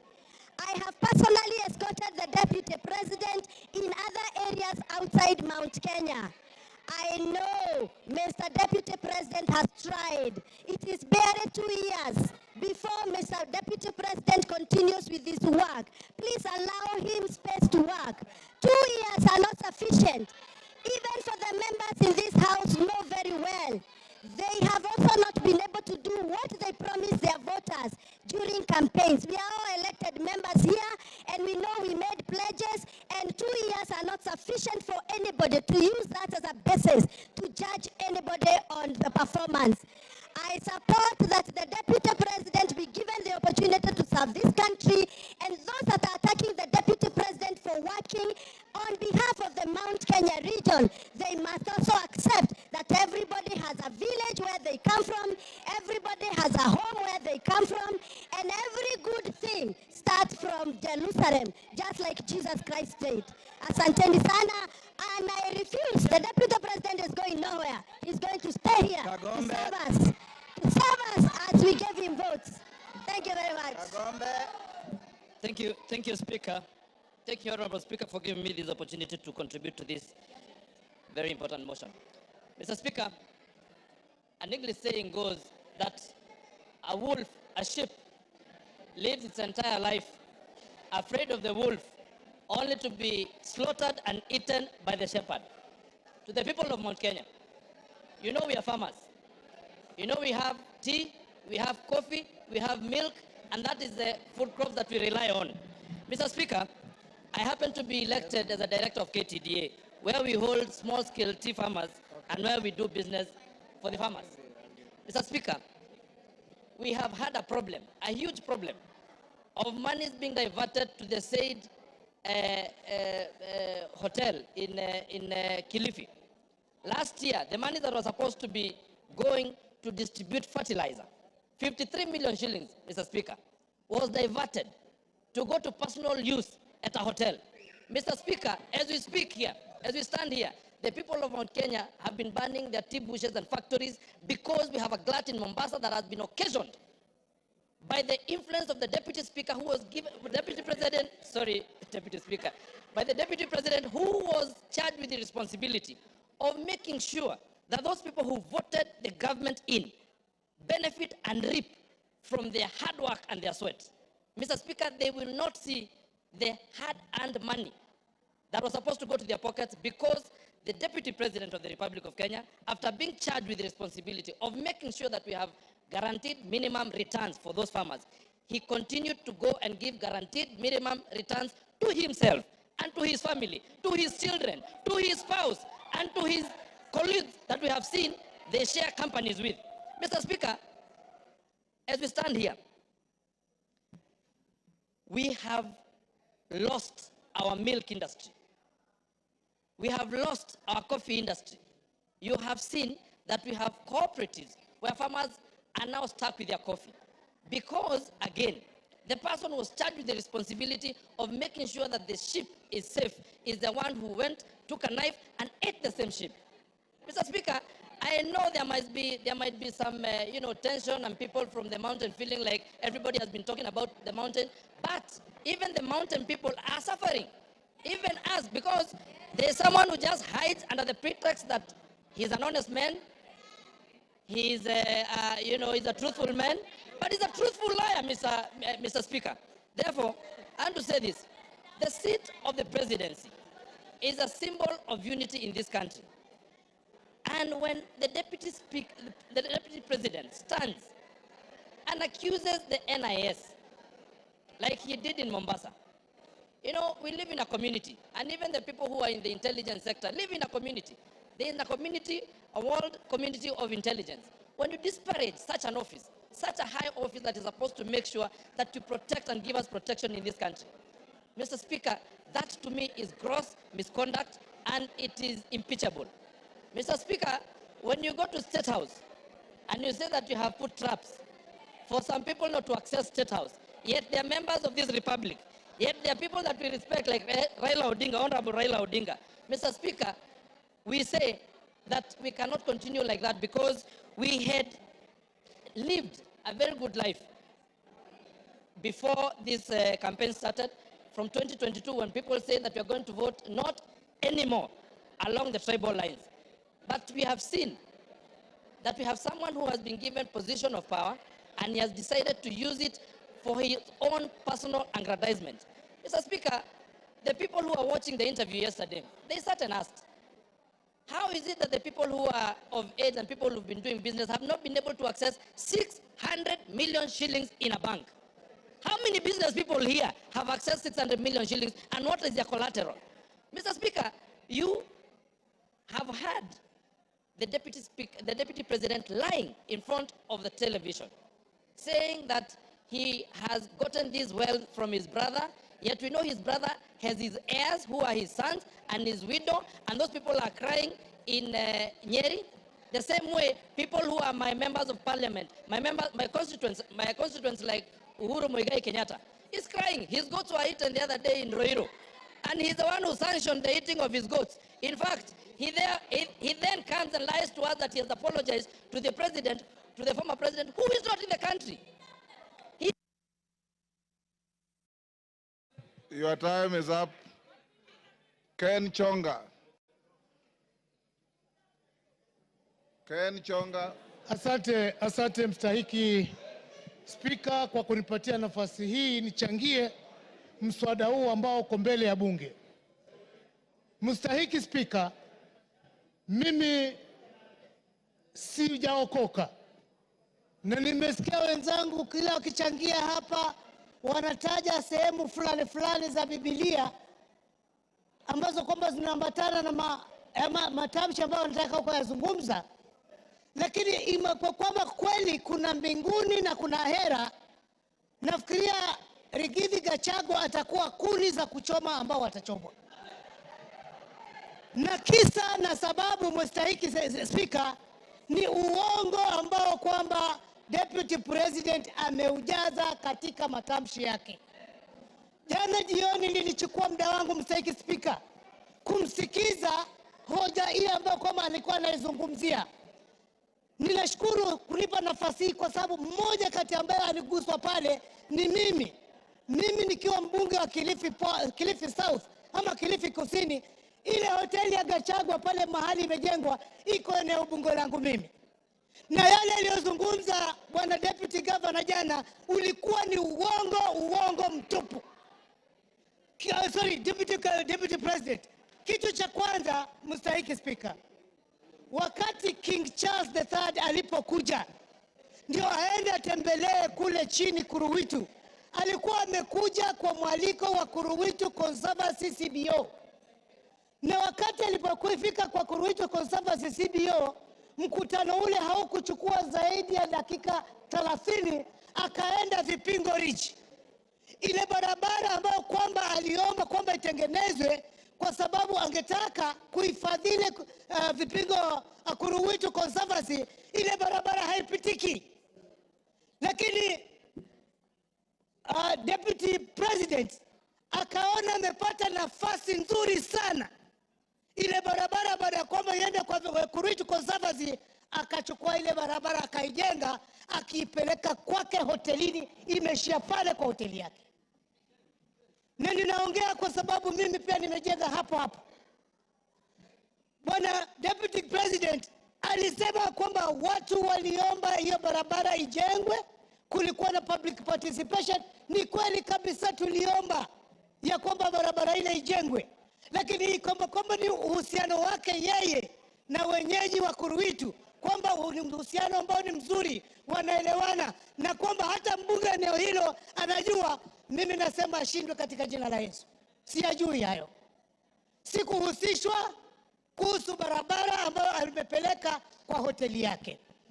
Tatu, bwana Spika, Mheshimiwa Spika, Deputy President alisema ya kwamba barabara ile inafaidi watu wengi sana ambao kwamba wanaishi maeneo yale. Akataja kwamba kuna Vipingo, Shariani Secondary School. Mimi ninajua mahali Shariani Secondary School ipo, wala haifaidiki na ile barabara. Akataja kuhusu Shariani Primary School. Shariani Primary School ukitaka kuaccess unaipata kwa hiyo main highway ya kutoka njia panda ya kutoka Mtwapa kuelekea Kilifi na kuelekea Malindi. Kusema ukweli kabisa, yale yaliyokuwa nazungumza kuhusu wekezo ule ni wa uongo. Tatu, ile nyumba ambayo kwamba ilikuwa ni ndugu yake, sisi tulijua toka ilipokuwa zamani. Na ukweli kama utafatwa, itabainika wazi ya kwamba bwana Deputy President aidha awe alinunua kutoka kwa ndugu yake ama awe amemwibia ndugu yake. Ni jambo la kuhuzunisha. Akisema ya kwamba mali ile yote ambayo iliachwa, yeye ameachiwa percentage fulani kubwa kushinda wale watoto. Kama kweli si uongo, basi si anasherehekea kifo cha ndugu yake. Ni nani mwenye akili zake timamu ataacha urithi au peane kwa ndugu yake, asahau watoto wake, asahau bibi zake, asahau binamu zake, hali yeye anasema kwamba yeye ni mtu uko na mali? Mimi sijawahi kumuunga mkono kwa lolote, na ninajua nyumba hii iko na hisia tofauti kulingana na masuala ya ya deputy president. Wakati nilipeleka public participation Kilifi South, 95%.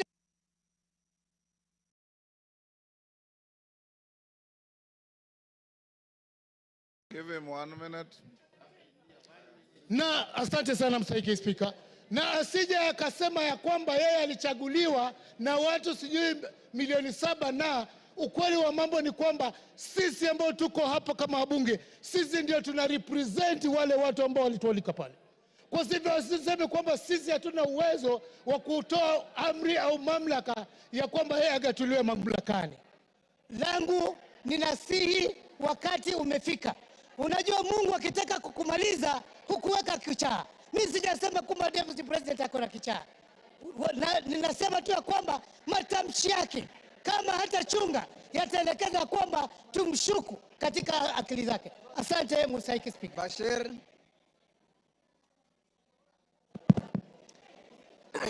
Thank you, Honorable Speaker.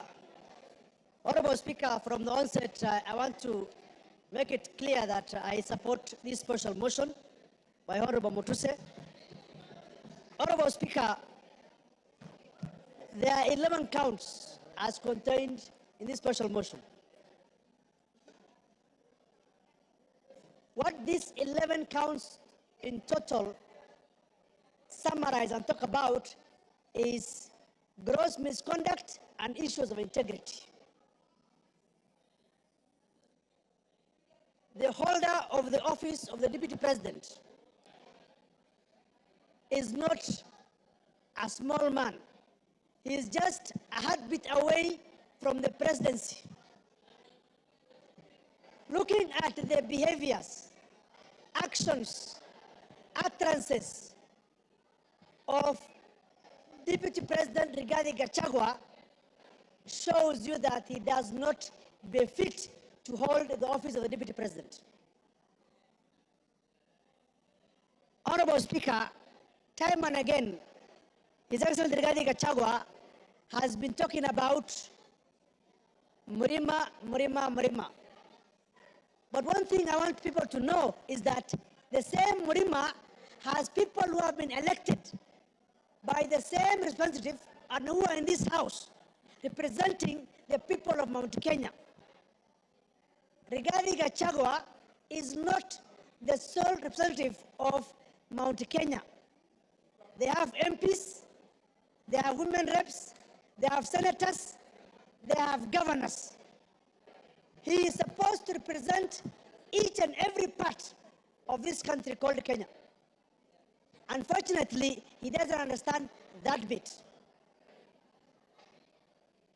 Sometimes in July, in a well-attended press conference in Mombasa, intelligence services, and especially in the person of the Director General. Now look at this case. The Deputy President is a member of NSAC, the National Security Advisory Council. He sits in that council. If there are issues that he has with individuals running those institutions, the best place will have been that council. Now, you've been the Deputy President of the country. Instead of addressing matters in a perfect and constitutional manner, you address the press and taint the images of such officers, critical officers of security. That itself is quite unfortunate. Honorable Speaker, I listened to the press conference last night. One thing that perturbed me was the issue of His Excellency saying, I have gotten all these wealth from my brother. Now I'm asking myself, he doesn't have wealth of his own that he can tell the people? How come he is the one who gets more of the shares than the widows and the orphans?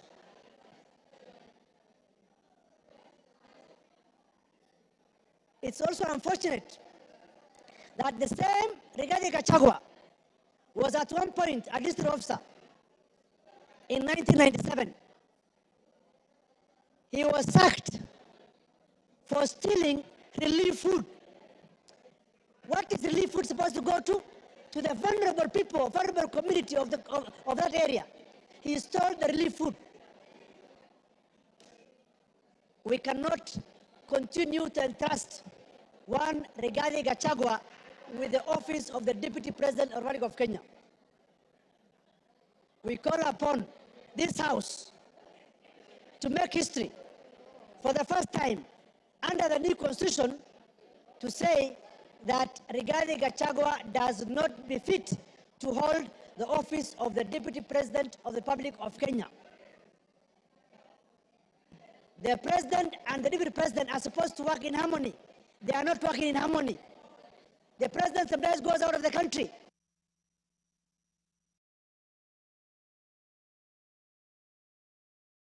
Sorry, Ruth Odinga.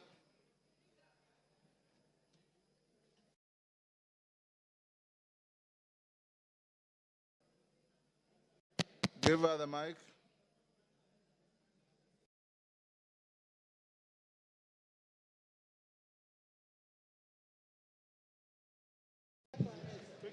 Thank you, Mr. Speaker, for giving me this opportunity. I rise today not just as a member of this esteemed House, but as a daughter, a sister, and a proud descendant of those who fought. He's one of the people who fought for independence.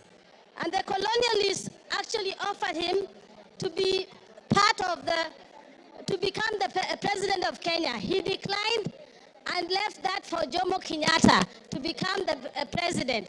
And in 1964, Jaramogi became the first vice president of the Republic of Kenya.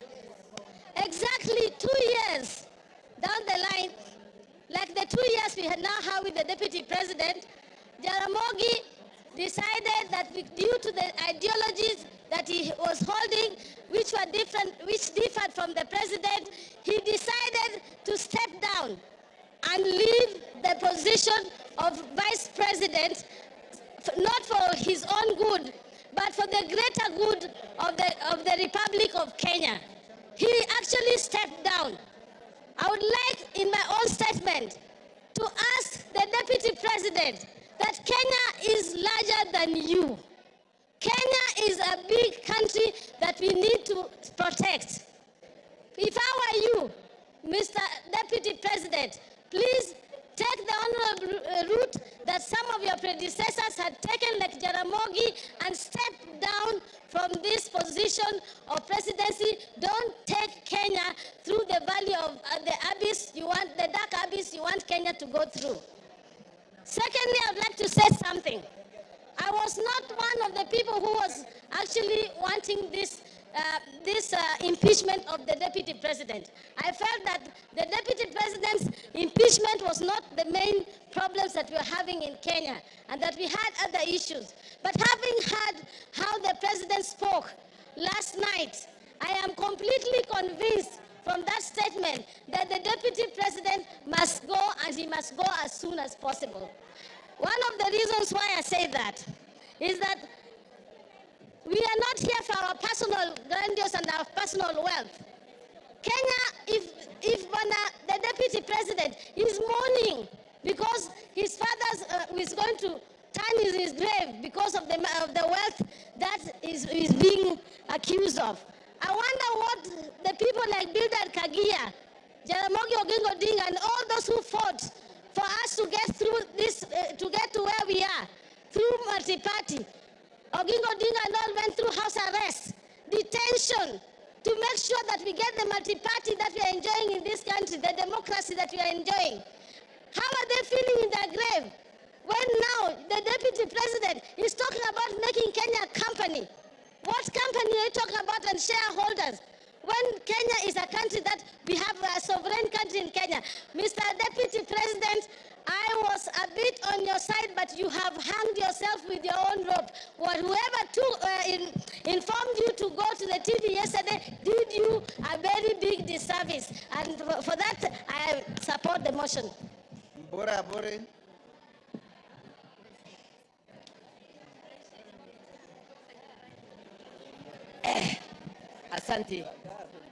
Asante Bwana Spika kunipa nafasi hii. Yangu ni kidogo sana. Nikusema ya kwamba tunataka naibu wa rais yule ambaye si mkabila. Kwa sababu nchi yetu ya Kenya ni kubwa sana kushinda mtu. Tukiongea mambo ya mlima kule kwangu Tigania East, tuko katikati ya mlima. Lakini ukiangalia katika hii kitabu ambaye ukiangalia haya mashtaka yaliyo katika kitabu hii, ukiangalia ile mashtaka katika kitabu hii, ile zile kampani zote ziko hapa ni za Gachagua, bibi yake na watoto wake. Hakuna Mtigania, hakuna Mwegembe, hakuna Muimenti, hakuna Mluya. That means yeye mwenyewe alikuwa anatetea tumbo yake. Ndipo mimi niko hapa kusema ya kwamba sisi hatupembelezani. Sisi tunasema kwamba lazima aende nyumbani kwa sababu amekataa kuangalia mambo ya wananchi wa Kenya, na Kenya ni kubwa. Ingine ni hii. Mimi nimekaa kwa East Africa Community kipindi ya miaka 5. Nilikuwa na Jematia ambaye ni dada yangu. Katika kipindi ya miaka 5 sijawahi kusikia Jematia akiwa ni malaya, lakini naibu wa rais alisimama akasema kwamba Jematia ni malaya. Ya kwamba mimi nikiwa mporo mtabori na support naibu wa rais aende nyumbani. Asante sana. Thank you. Women Rep Busia.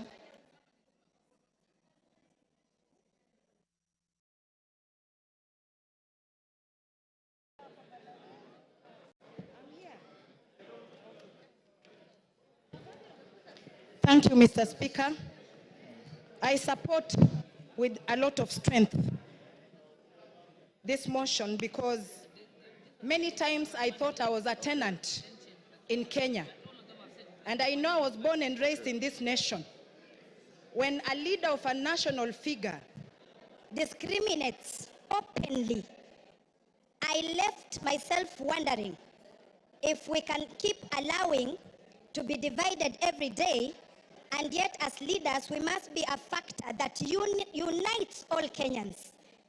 I want to ask the Deputy President, what message was he sending to Busians who voted for Honorable Maina in Marachi West, in Butlak sub-county? And what message was he sending to Busians who voted for Honorable Talam in Buhayo West, in Matayos, Busia County?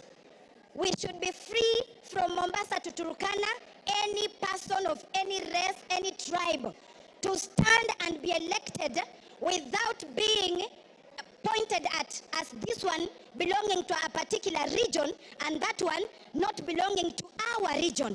Because Kenya is our country and we are here in this country to build it. If we don't join, because if you go as an individual, you are a drop in the ocean.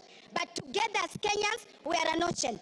So I want to ask again, what other thing a principal assistant is supposed to do?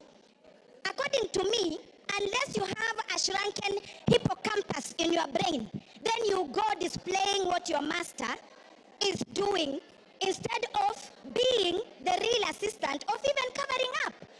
One day he says, I was sent all these things I was saying. I was sent all these things I'm saying. It's like he is wearing an oversized coat, oversized trouser, a tumbo cut vest, and oversized shoe. He does not understand his role as a principal assistant. We must unravel from the seams of our fabric in this country. Because sometimes you can be wearing a dress or a trouser, but something keeps biting you. Unless you unravel or open up the seam to know what is biting you, you will continue losing blood and become anemic. So a people of any nation are stronger than the people in power. All leaders in this nation must be responsible of the utterances they puke every day, because what will our future leaders be saying? I am, or who is our role model? Who is their role model? All of us must be responsible not to give hate speech anywhere we go. And I don't think there is a tribe in Kenya that is superior than others. Whether you come from Eastern in Garissa or you come from Siamahanga village where I live, you are equal. Article 27, Section 4 is clear about this, that we should not discriminate. When I hear a widow in Mount Kenya being tortured tortured, being snatched property by the deputy president. Whether she is Kikuyu and she's a widow, she is representing all the widows in Kenya. So Gachagua, return the matrimonial property, the bank accounts, everything that you took from that widow in Nyeri. Because I was raised by a widow and I know what happens when such things happen. A widow should be given their rights, whether you have all the muscle in the nation. And thirdly, a leader who does not respect women, that one is not a leader. Calling women prostitutes. So when a woman is being a prostitute, who is the other prostitute? Then he must be the one. Because if you call me a prostitute, was I doing myself? There must be somebody in a trouser too. And we do not want to be discriminated. We have been dating, marriage, we marry Kikuyu, Luya, Teso, Kamba. That should continue happening than us growing up or children fearing to marry from Mount Kenya or fearing to marry from Nyanza. That is wrong. So Deputy President must go home. We really want him to just take a rest. Thank you, Mr. Speaker. Yes, Moya, what's your point of order? Speaker, I'm on standing order number 91 on matters of facts and substantiating what the member is speaking of. The issue of Malaya have been adversely mentioned in this House. Have you as the Speaker received anything to substantiate?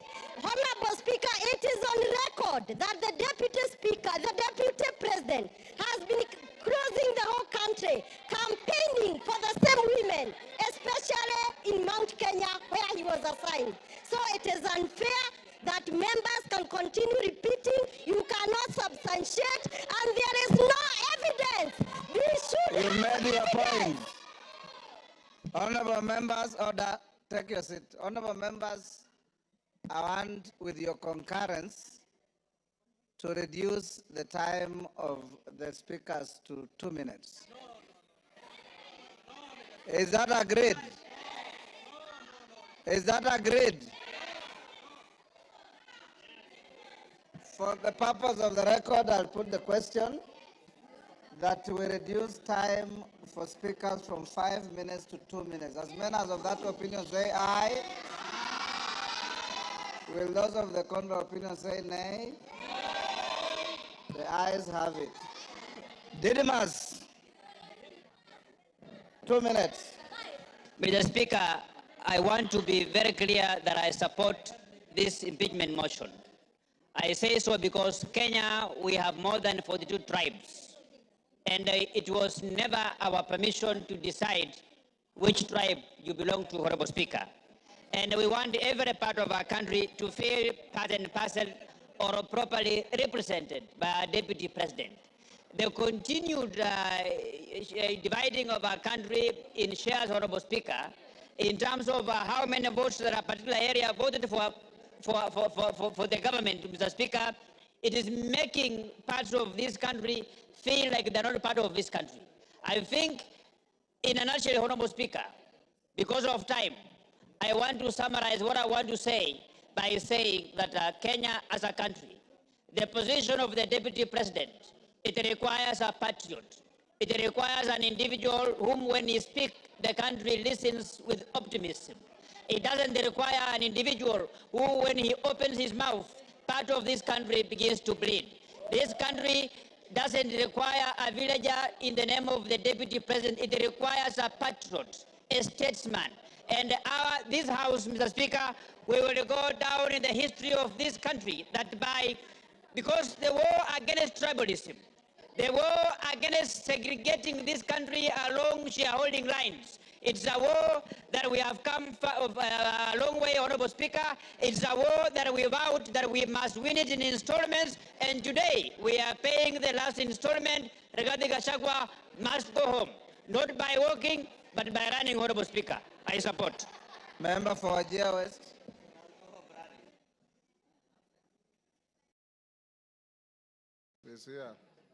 Thank you, Mr. Speaker, for giving me this opportunity.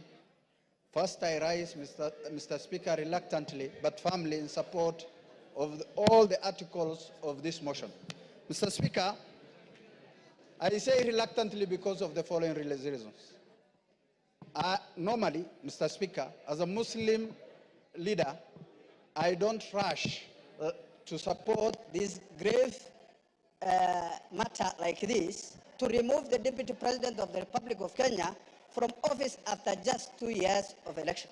But because of the conduct, the behavior of the Deputy President of this country, Mr. Speaker, I have no option but to support this motion. Mr. Speaker, I am a witness who went to the office of the Deputy President of the Republic of Kenya to request for assistance during the drought season, to request for relief food for the people of Wajir West. But the utterances of the Deputy President of the Republic of Kenya was shocking, Mr. Speaker. He told me, Mr. Speaker, and I want to confirm to this House, that the Deputy President of the Republic of Kenya told me you have more than your share. It was shocking. I was dejected, hopeless, and left the office in protest, Mr. Speaker. Who disrespected and discriminated against the people I represent in this House. Mr. Speaker, today, as we speak, it's a historic day. And for that reason, Mr. Speaker, for unity of this House, of the country. Your time is up. Your time is up. Member for Tetu. Thank you, Mr. Speaker. You have 2 Mr. minutes. Speaker, from the onset, I rise to oppose this motion, to this special motion on removal from office by impeachment of the Deputy President of the Republic of Kenya. Mr. Speaker, when a man is down in the spirit of Ubuntu, it is not good to crush him.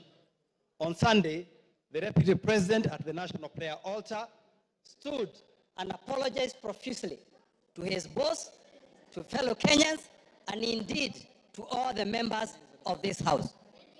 Mr. Speaker, I feel that our party, UDA, on which the Deputy President was elected, has internal disciplinary mechanisms which have not been exhausted so as to bring this matter to this House. I also feel that in the spirit of us finishing the agenda that we promised Kenyan, this matter can wait to 2027 so that we can focus on service delivery to our people. Mr. Speaker, I will personally request the members of this House to find it in their heart to forgive the Deputy President. And I will personally. Mr. Speaker, you have an honorable member telling this House that in UDA they had not exhausted their disciplinary mechanism. Why did he then decide to sign on the motion? Why did he sign? Mr. Speaker, thank you very much. The matter of... One day to finish up. I did not finish. Go on, you have half a minute. Yeah, Mr. Speaker, the matter of my signing, you talked about it, and the matter is rested. Wanjara can come to your office for further explanation. Mr. Speaker, I personally would like to volunteer to lead other leaders in this country, elders, bishops, to ensure that we sit down with the Deputy President so that if there are any issues that he needs to correct, if there are any issues that he needs to align, he can align so that himself can continue serving the people of this country. He has some good in himself, and that good needs to be preserved so that he can finish his work. So, Mr. Speaker, I rise to oppose. Thank you. Umi. You have 2 minutes. Thank you, Mr. Speaker. I rise to support the motion of impeachment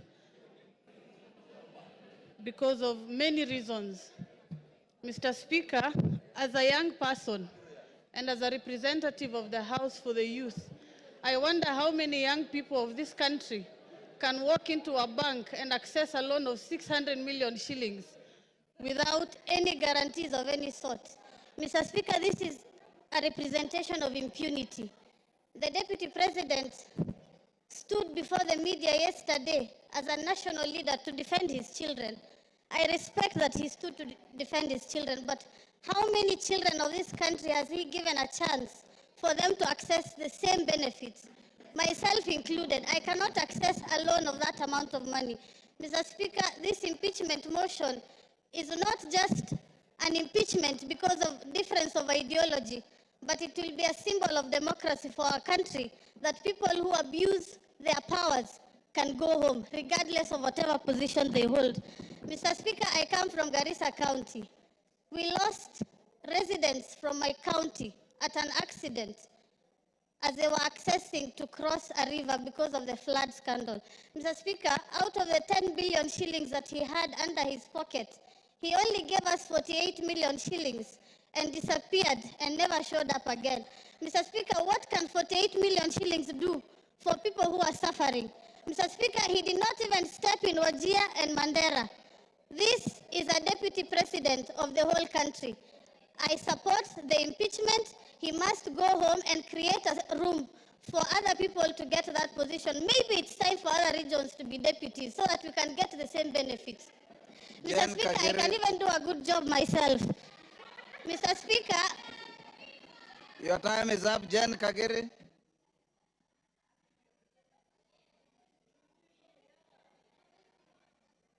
If you read the Constitution, you'll know that you don't qualify to be a deputy president at your age. Jen Kagere. Thank you, Honorable Speaker, for giving me this opportunity to contribute to this motion. Honorable Speaker, when I was elected in the year 2022, in the month of August, I was a very grateful person to God, and I knew my work was to serve the people of Laikipia County. A county that is cosmopolitan, that has Pokot, that has Turkanas, that has Maasais, that has Samburus, that has the Muslims, it has the Somalis, and all these people,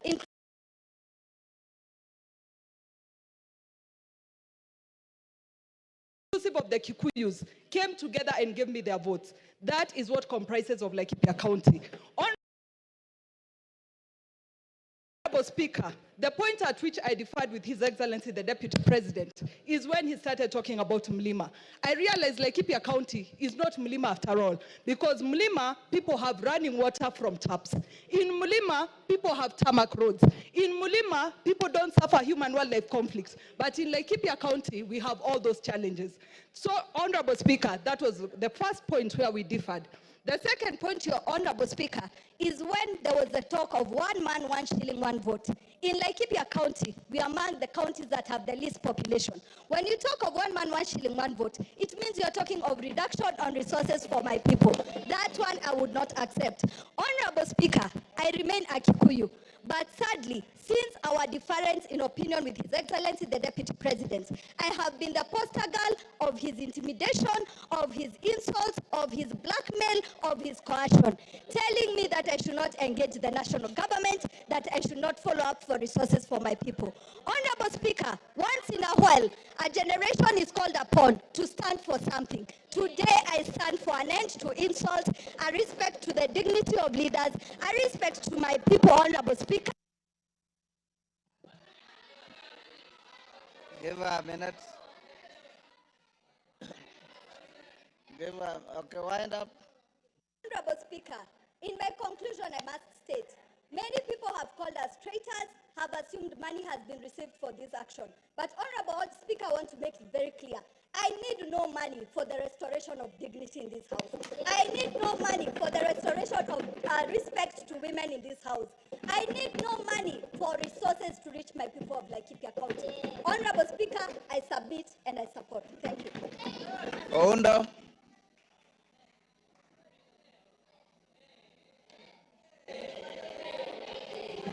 Honorable Speaker, thank you for this opportunity.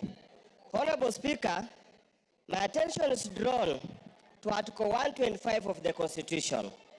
And Article 125 of the Constitution makes reference to the effect that any matter before that the Parliament has got the same powers as High Court.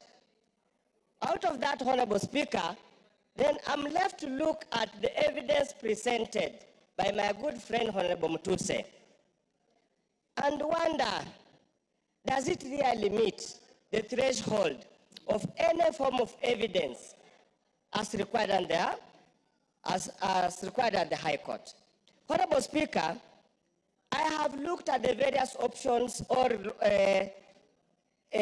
breaches that constitute impeachment: gross violation, crime, gross misconduct, and so many other things, Honorable Speaker. I'm at pain, Honorable Speaker, going through this to find anything that has been proved beyond reasonable doubt to move this House, Honorable Speaker, to take such a drastic action. Considering, Honorable Speaker, these are people elected under Article 148, and the framers of the new Constitution, Honorable Speaker, deliberately inserted Article 148 to avoid the kind of abuse that had been there in the past.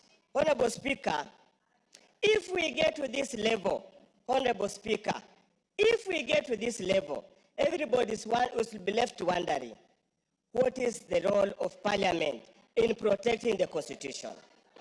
Honorable Speaker, and I want to rephrase Luke 23, verse 4. I find no case against this. Roku. He didn't ask for it. Roku. He didn't ask for any addition. Thank you, Mr. Speaker. Thank you, Mr. Speaker. Mr. Speaker, from onset, I rise to support this motion. Mr. Speaker, when I'm standing here, I'm thinking about the children of the most remote places in the Republic of Kenya. I'm thinking about the children in the remote places in Turkana, in Mandera, in Bere, very remote places, Mr. Speaker.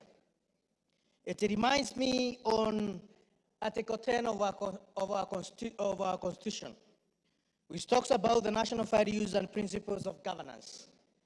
And one of the principles which is enshrined in our Constitution, Mr. Speaker, is protection of the marginalized. We have seen the Deputy President of the Republic of Kenya, who in many occasions has forgotten that he represents even the most marginalized places, corners of our country.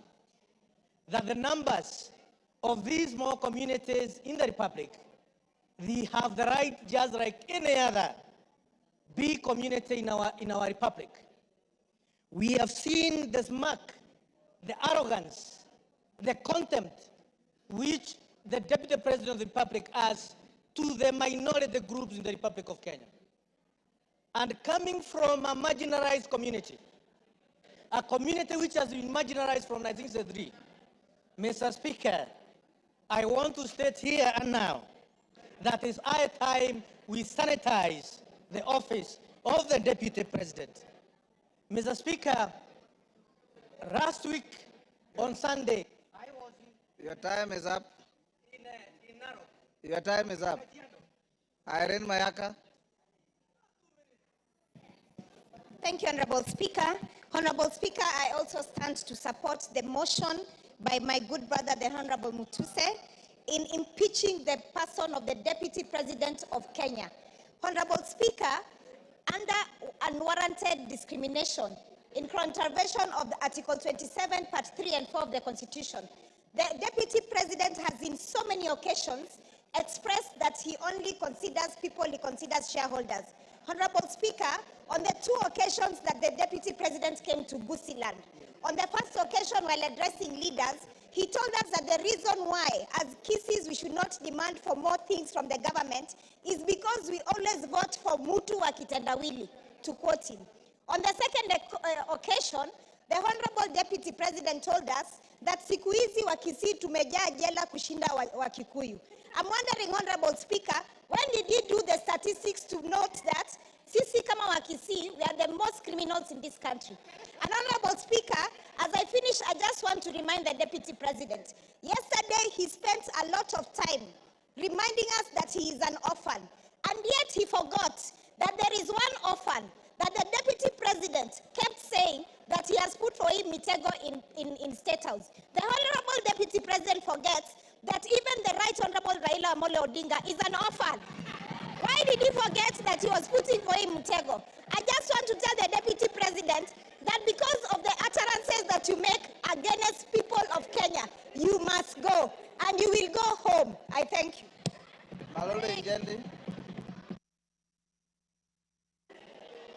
Thank you, Mr. Speaker. I rise to support this motion strongly. Mr. Speaker, this country has once suffered tribal clashes. Mr. Speaker, the Deputy President has been always talking about Central Kenya, Mlima, etc., etc. Mr. Speaker, whipping up the tribal feelings. Mr. Speaker, if we allow the Deputy President to continue holding that particular position in the country, Mr. Speaker, what will happen in this country is that most of these other tribes will feel domination of this particular community, will feel intimidation by this community, and they will rise up, gang up against the community of Central Kenya, not because they are liking it, but because of his sentiments and because of what he speaks.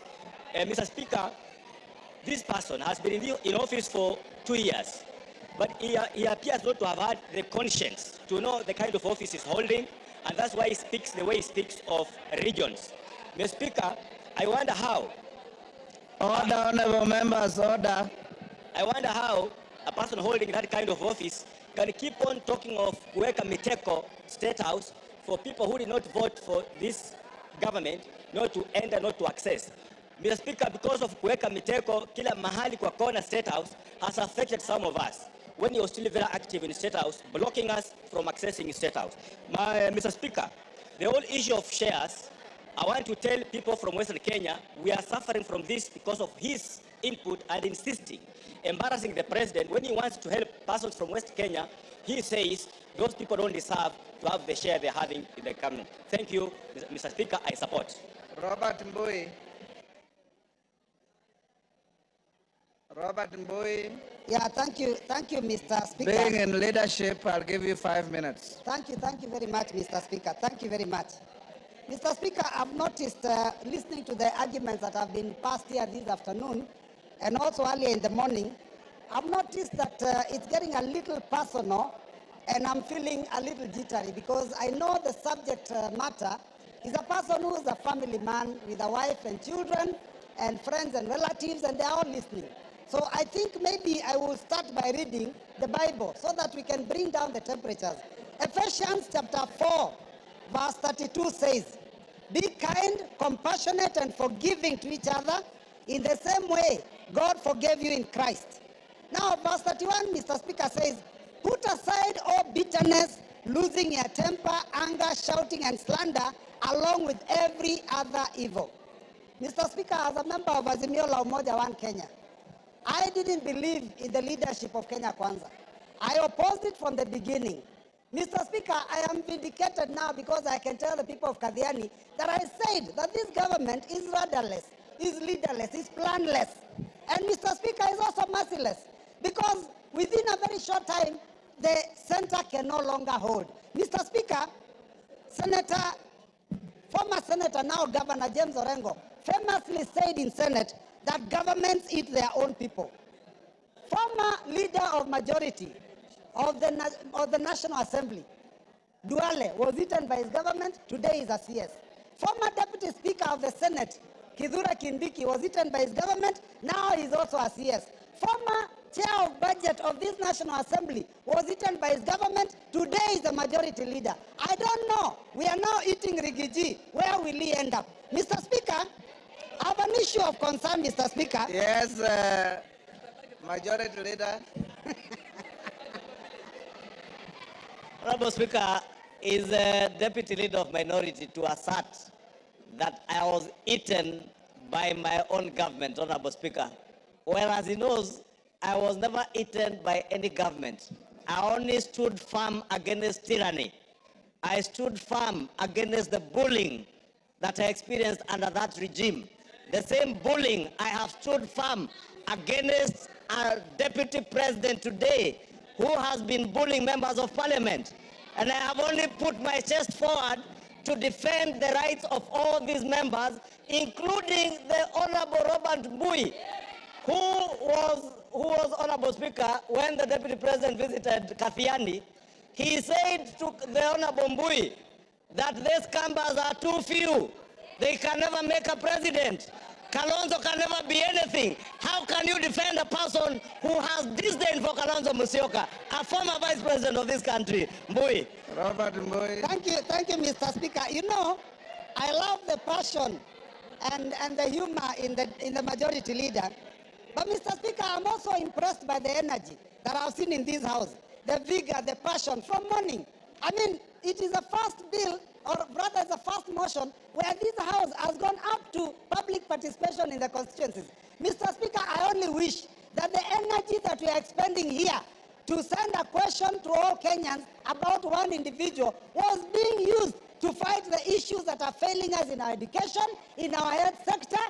People here, the cost of living has gone too high. People have no jobs. Mr. Speaker, those are the things that this House should passionately deal with. But Mr. Speaker, for a whole day, and from, I don't know, even the last week or 2 weeks, to deal with one matter, Mr. Speaker, I think that we are losing direction. And it is important, Mr. Speaker, that we deal with the things that are affecting our people. Because, Mr. Speaker, if you look at the education sector, I talked about it here the other day. We don't even have classes for grade 9 going into JSS. Mr. Speaker, the funding model for university has failed. Mr. Speaker, the insurance sector, NHIF, is having a problem, Mr. Speaker. How then do we spend taxpayers' money and time to come and deal with a matter of one single individual, Mr. Speaker? Now we are told that this person, Mr. Speaker, is a tribalist. But Mr. Speaker, those comments that he made, yesterday he made it very clear. And I was shocked. I was very shocked, Mr. Speaker, yesterday, to realize that in fact Kenya Kwanza was actually a company that is limited by shares, and that people negotiated shares for themselves. The mover of the motion is a member of MCCP. MCCP negotiated shares for Lower Eastern. Mr. Speaker, because we had 2 cabinet secretaries in this government, now, Mr. Speaker, we only have 1. And I'm telling you, Mr. Speaker, actions speak louder than words. The Deputy President may have said that he is a shareholder and there are issues about his community, but if you look at the appointments that are being made in Kenya, then you will realize that the person of the President himself is the one who is the biggest tribalist, Mr. Speaker, because he's appointing people from his own community for every position. Mr. Speaker, if we have to find a situation where a school has failed, you do not fire the deputy principal. You get rid of the principal. Our problem is not the deputy. It is the head. Yes, Farah. Thank you, Mr. Yes, Farah. Mr. Speaker, I was standing. Mr. Speaker. Order. Mr. Speaker. Robert Mbui, you are normally more decent than that. This is a house of. Oh, Mr. Speaker, protect me. Mr. Speaker, my point of order is this. This is a house of rules. This is a law-making body. This is the place where our constitution itself was passed. You cannot bring, talk about a president or even any other head of state of a friendly country without bringing a substantive motion. So you cannot discuss the conduct of the president. And by the way, I want to correct you. You might... Point is out of order. Your point of saying that government... Take your seat is out of order. Kahangara? Yes, use my...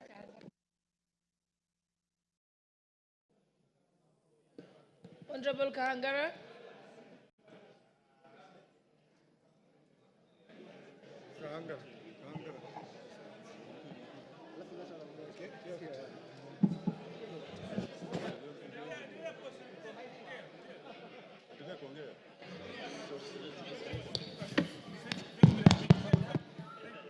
Thank you, Madam Speaker.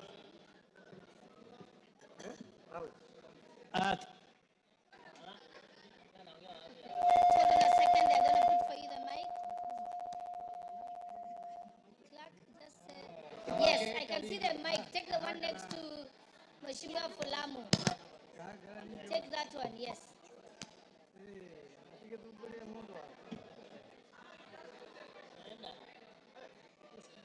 He's gone to the one you had given him.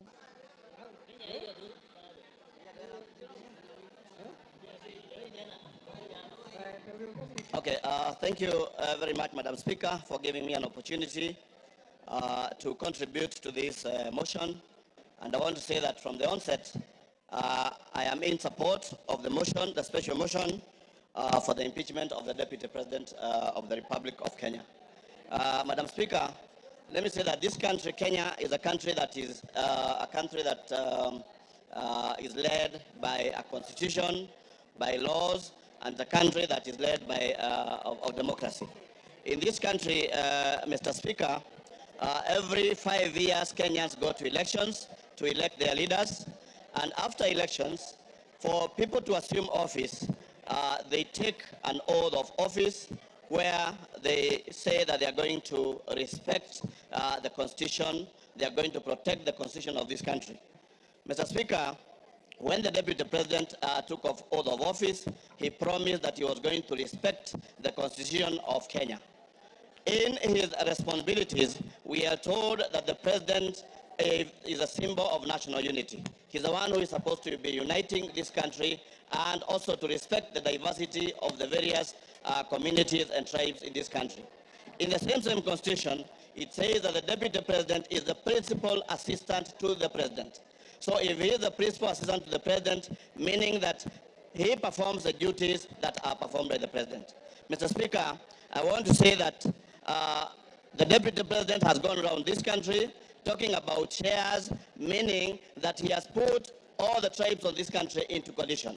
And I want to thank the member who brought this particular motion, because we are saving this country from somebody who is, I would call a suicide bomber, somebody who is ready to die, somebody who wants to die with Kenyans. And we want to say that we are ready to fight tribalism, ensure that this country continues in... Your time is up, Kangara Kasheri.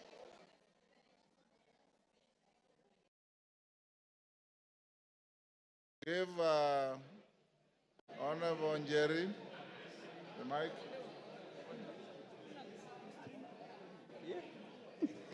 Thank you, Honorable Speaker. I rise to vehemently oppose this motion on behalf of the great people of Kirinyaga. Honorable Speaker, it begs the question, does it not prick our conscience as a House that barely 4 months after passing the grossly unpopular finance bill, which the President himself refused and declined to assent to, that we're here discussing an impeachment motion of the Deputy President of the Republic of Kenya? Honorable Speaker, the young people of this nation unequivocally told us to fix high unemployment levels among the young people, gross corruption at all levels of government, accountability issues in regard to leadership, our ailing healthcare sector, among other things. Honorable Speaker, many young people died on that day, Honorable Speaker. Several others to date are still missing, Honorable Speaker. It begs the question, the priorities we have as a 13th Parliament. Honorable Speaker, the motion before us is frivolous, it is baseless, it is lacking in substance. It is nothing but a shambolic political scheme to hang the truthful man for merely being truthful. Honorable Speaker,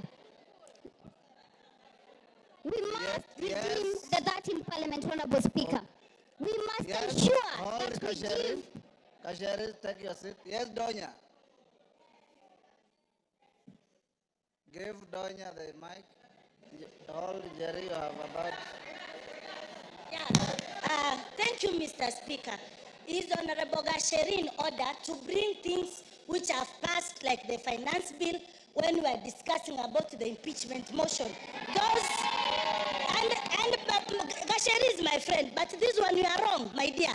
We are discussing about the impeachment of Gachagua, not finance bill. Let the foregone be the foregone. Honorable Speaker, I would want the Honorable Member, who is my very good friend, to point what standing order she rose on and what standing order can ensure that I do not speak on matters that have been controverted and that are public information, Honorable Speaker. We passed the finance bill, Honorable Speaker. It is a matter of fact. Even if you boo me, I will speak. The young people of this nation deserve more. They want jobs. They want healthcare sorted. The impeachment of the Deputy President is a sham political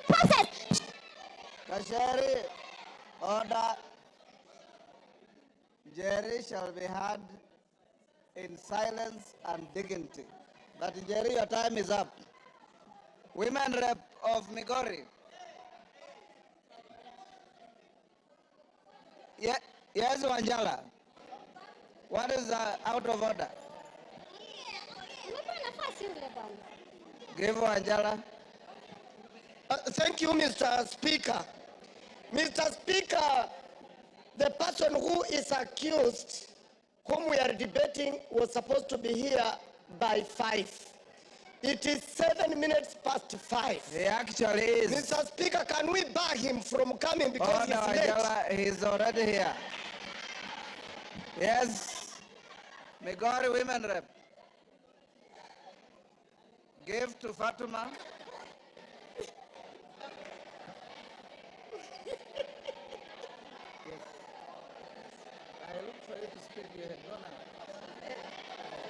Thank you, Honorable Speaker.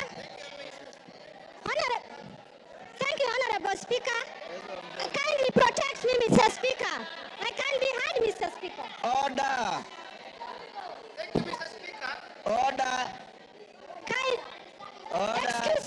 Excuse me, Honorable Member. Please give me time to speak. Mr. Speaker, thank you for the opportunity you have given me.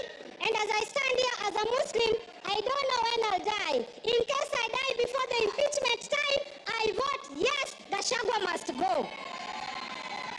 Mr. Speaker, I will take you to the Bible, Proverbs 23, 10 verse 11. And it says, please keep quiet. And it says, don't move an old stone that marks a border, and don't take fields that belong to the orphans. God, their defender, is strong. He will take their side against you. I want Gachagua to know, the former deputy president of Kenya should know, that when you touch anything of the orphans, it is not Kenya Kwanza, it is not Azimio, but it is God Almighty that will pull the fire on you. I will return to the Quran. The Holy Quran in Surah An-Nisa said, surely those who eat up property of the orphans unjustly, they only eat fire into their bellies, and soon they will enter a blazing fire. I am telling the former deputy president of Kenya that you have eaten fire into your belly, and the fire will surely burn you. Mr. Speaker, as I finish, Mr. Speaker, I have heard that the deputy president has 21 lawyers. How much does the deputy president earn to have 21 lawyers? And I understand each lawyer is paid 10 million. And I'm telling Kenyans, it is your taxpayers' money. Your time is up. Rueda. Honorable members, we are coming to an end. Order, honorable members. I've given the floor to member for Lamu East. Asante Bwana Spika. Bwana Spika, umoja wa taifa ni muhimu sana, na vile ilivyofanyika na naibu wa rais ilionekana kwamba hakuna umoja. Nataka ieleweke kwamba watu wa mlima wanaishi sehemu zingine. Kule kwangu Kiunga niko na watu wa mlima, na kile wanachoona zaidi ni sand dunes. Hawaoni mlima, anaona bahari. Nataka niseme ile kuzungumzia kuhusu NIS ilikuwa ni grave mistake. Wamekosea sana. Afadhali angetaja Nurdin kama ako na shida naye kuliko institution ya NIS. Ni kutufanya sisi tukae dhaifu katika maadui zetu. Kwa mfano Al-Shabaab wataona vipi sisi kama tuko weak. Ingine nasema, ukiwa unatukana mwanamke, na tena hii ikuwe kwa mtu yoyote, yule anatukana mwanamke ajue mwanamume yote anatukana mwanamke, mashimo yako 7 kwa kila mtu alioumbwa. Wanaume wanayo, wanawake wanayo. Kama ni malaya basi ni wote wanaweza kutumia kwa malaya. Hii jina ya malaya nimechoka kusikia. Ingine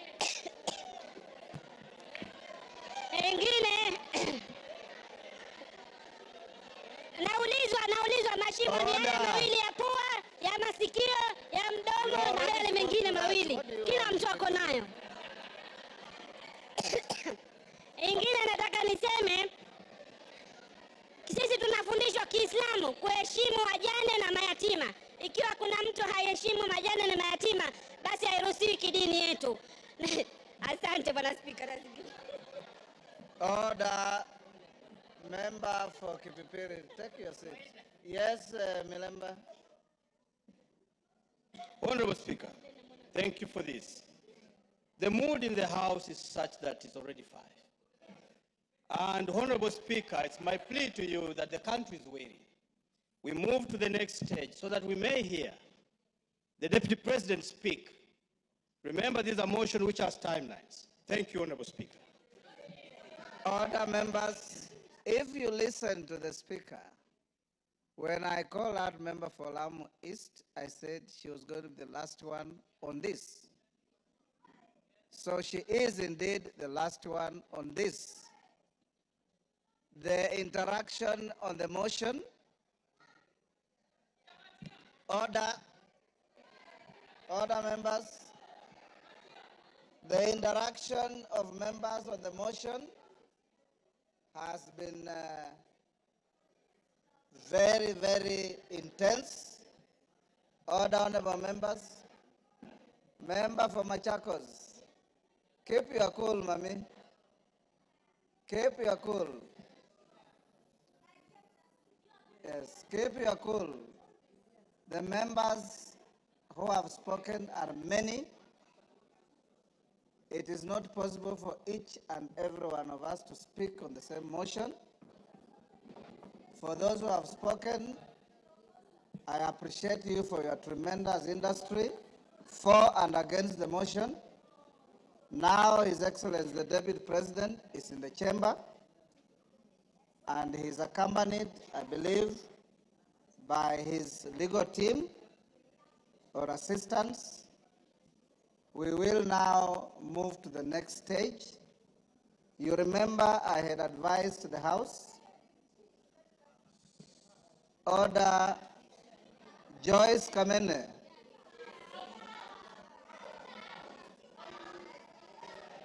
This is not a moment where the Speaker can exercise the option to exclude you from proceedings, but I know you differently.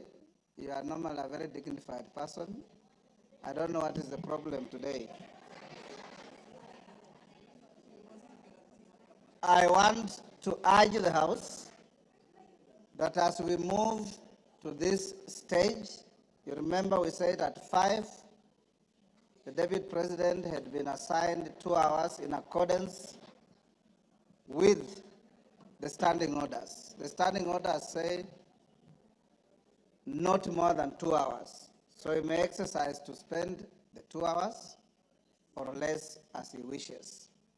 Secondly, once he finishes, then the minority leader, majority leader will take the floor as we had agreed.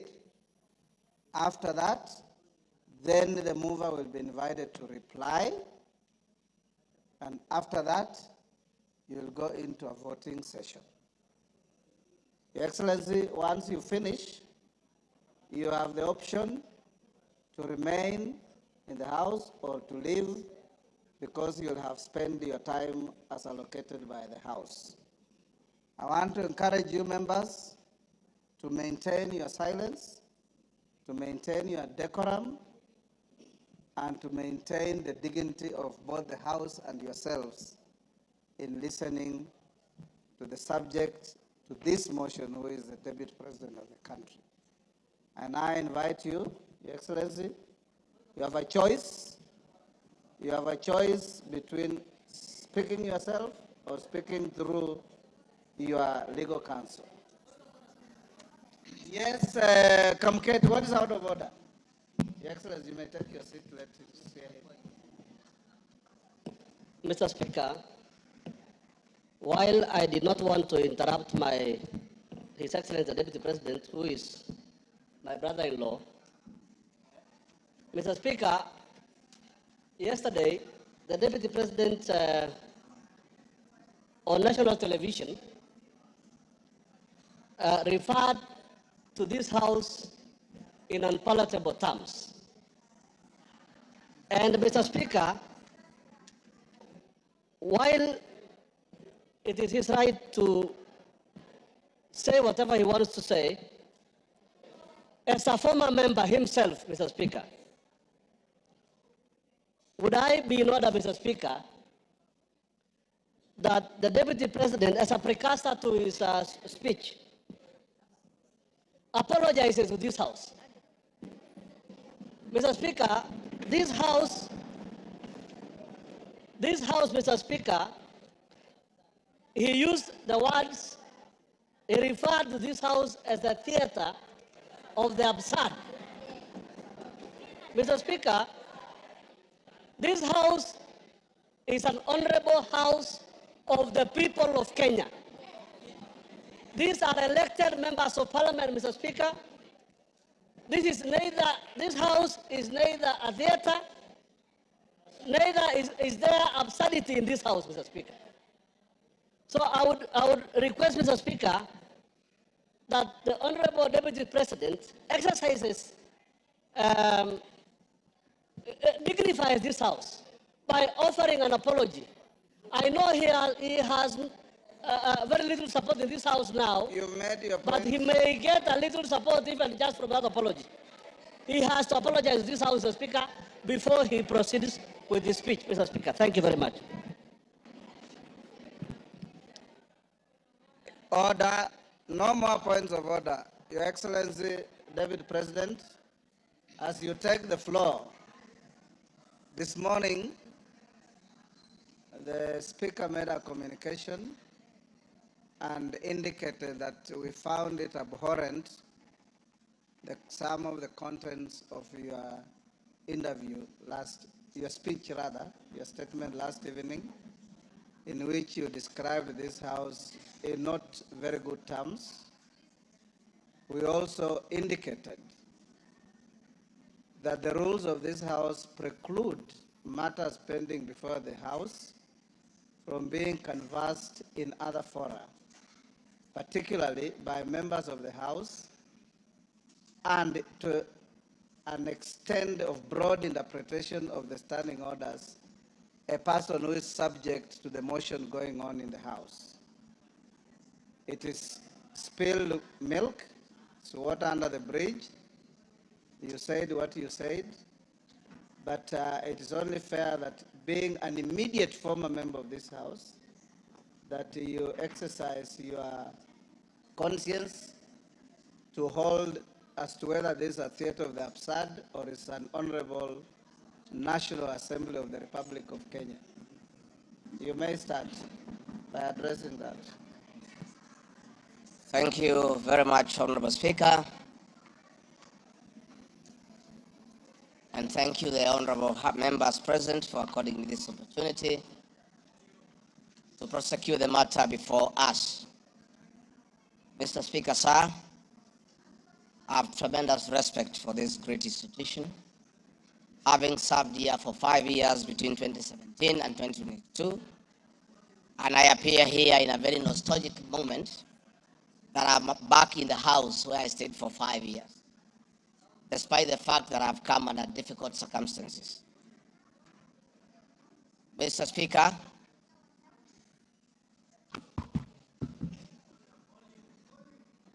maybe the sound people, is that okay now?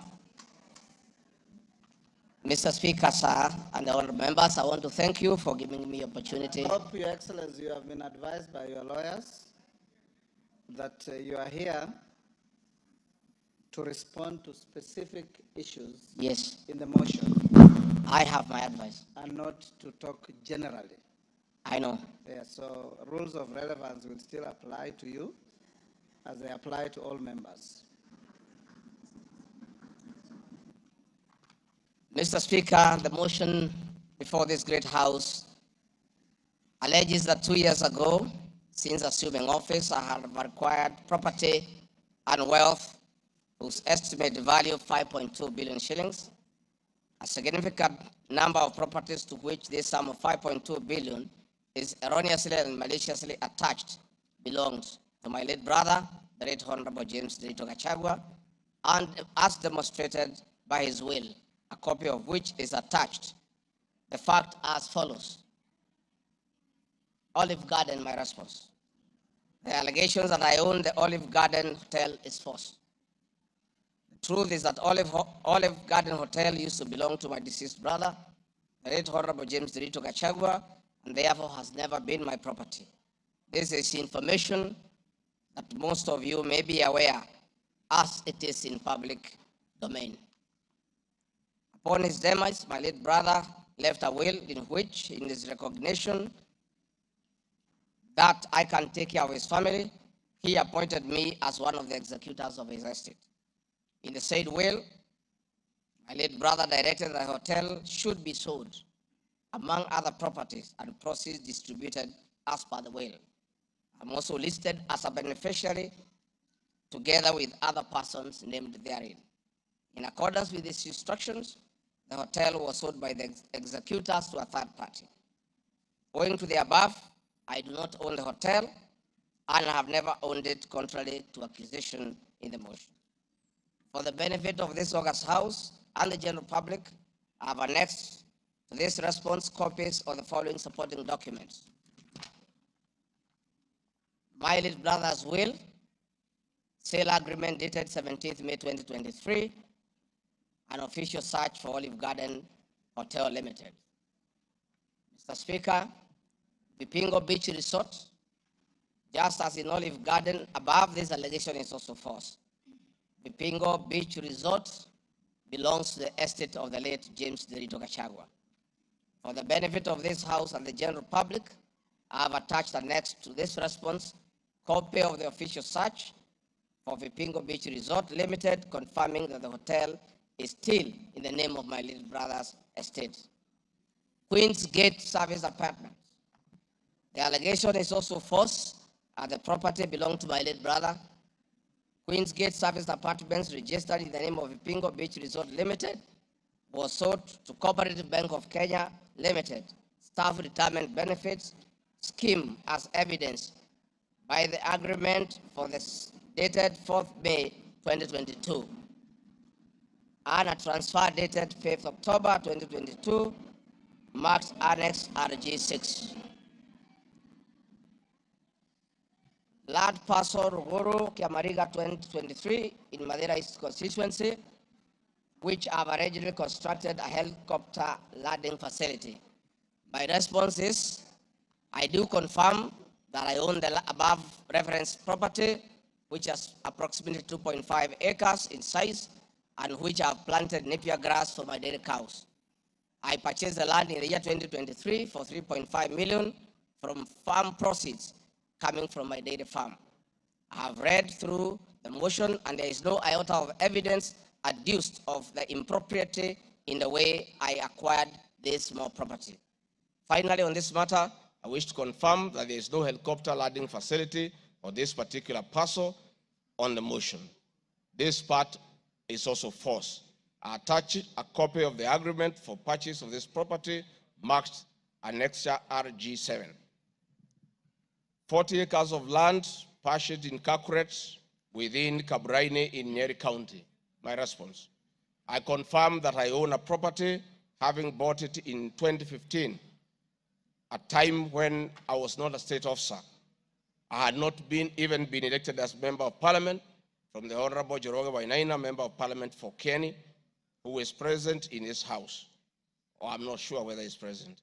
Therefore, this property I purchased 10 years ago, and not 2 years ago during my tenure as deputy president, and as indicated in the motion, the allegation is false. I have read through the motion, and there is no iota of evidence adduced of any impropriety in the way I acquired this property. For the benefit of this august House and the general public, I have annexed to this response copy of the agreement for sale and purchase of this property marked as Annexure RG8. 80 acres of land in Meru County. For the record, I wish to confirm that I do not own 80 acres of land in Meru. This allegation is false. However, in the spirit of full disclosure, I would like to confirm that I have purchased 29 acres of land in Meru, the land of my mother, which I bought on around 9 February 2024 through a loan granted to me by Solution Circle Limited, which I'm a member. This said circle has a charge registered against the title, which it continues to hold as security until I fully repay the loan. For the benefit of the August House and the general public, I have annexed to this response copies of the agreement of sale marked RG9 and a letter dated 15 July 2024 from Solution Circle Limited confirming that they financed the purchase of the property marked Annexure RG10. Dairy farm in Nyandarua County. My response is I do not have a dairy farm in Nyandarua County, therefore this allegation is false. The land in Nyandarua has no single animal. Companies. The motion alleges there are 22 companies owned by my family members and which have been used to massively launder money and conceal proceeds of crime, corruption, and benefit from influence peddling. My response is the mover of the motion has listed the 22 companies associated with me and has alleged that they have been used to massively launder money and conceal proceeds of crime, corruption, and benefit from influence peddling. I've carefully gone through the motion and have not seen any evidence to support or prove the allegations therein. It is not clear to me how to respond without having seen any evidence incriminating the companies. I would like to be clear that these companies have not been involved in any illegal activities, and I believe that is why the mover of the motion has not tabled any evidence of impropriety with respect to the companies. It does appear to me that the mover of the motion was so meticulous to get all the companies associated with me and my family, and I believe that he also had evidence of illegalities committed by the companies, he would have shared or tabled that for the record. However, it is not possible to get evidence of illegality where there is none. Having said the above, allow me just to mention a few companies because there are many. Rigathi Gachagua Foundation, this is a foundation I incorporated in 2022, and I clarify that the foundation is a non-profit making entity with the sole objective of uplifting the lives of less privileged in society. This foundation therefore does not trade, and honorable members, you are aware that by law, a foundation cannot be used to trade. Since incorporation, the foundation has received a total of 12 million shillings, which has been utilized as per the schedule marked Annexure RG11, which is paying school fees for children in Pwani University and other universities across the country. Dorcas Rigathi Foundation, because she is not here to defend herself, this is a foundation founded by my wife, Pastor Dorcas, incorporated immediately we came into office as a non-profit making entity for the sole purpose of rehabilitation of drug addicts, widows, single mothers, and orphans. A brief write-up of this foundation, together with its achievements, is annexed herewith as Annexure RG12. It is in public domain that Pastor Dorcas have been around the country doing work of rehabilitating drug addicts and helping others who have challenges. There are many other companies that are here, but I don't, because this is a house of record, I don't want to bother the members of parliament of going through all of them. I want to probably only talk about Wamunyoro Investments Limited, named after my village in Wamunyoro. This company was incorporated 21 years ago before I became deputy president, and it's a company that holds family property. Mr. Speaker, sir, I've been accused of exerting influence on officials in the Ministry of Lands to issue an allotment letter to Wamunyoro Investments Limited and using the fraudulently acquired documents in support of a court case. My response, Mr. Speaker, sir, and honorable members, I wish to confirm that Wamunyoro Investments Limited has never been issued with any letter of allotment for land in Embakasi. Wamunyoro Investments Limited purchased this land from a third party in the year 2012. The company's ownership of this property has been confirmed through two legal processes. One, a case was filed before the National Land Commission in the year 2016, adjudicated, and a determination was made that this property belongs to Wamunyoro Investments Limited. That was long before I became the Deputy President of the Republic of Kenya. Again, a matter was filed in High Court case, ELC case number E242 of 2022, which was filed before I became Deputy President. All the documents filed in support of this case were filed in court before I became Deputy President, and no documents have been filed by myself in court upon becoming Deputy President. This being the case, it is not true that I have used my office as Deputy President to manufacture documents filed in this matter. The High Court found that this land legally belongs to Amonyoro Investment Limited and issued the appropriate direction.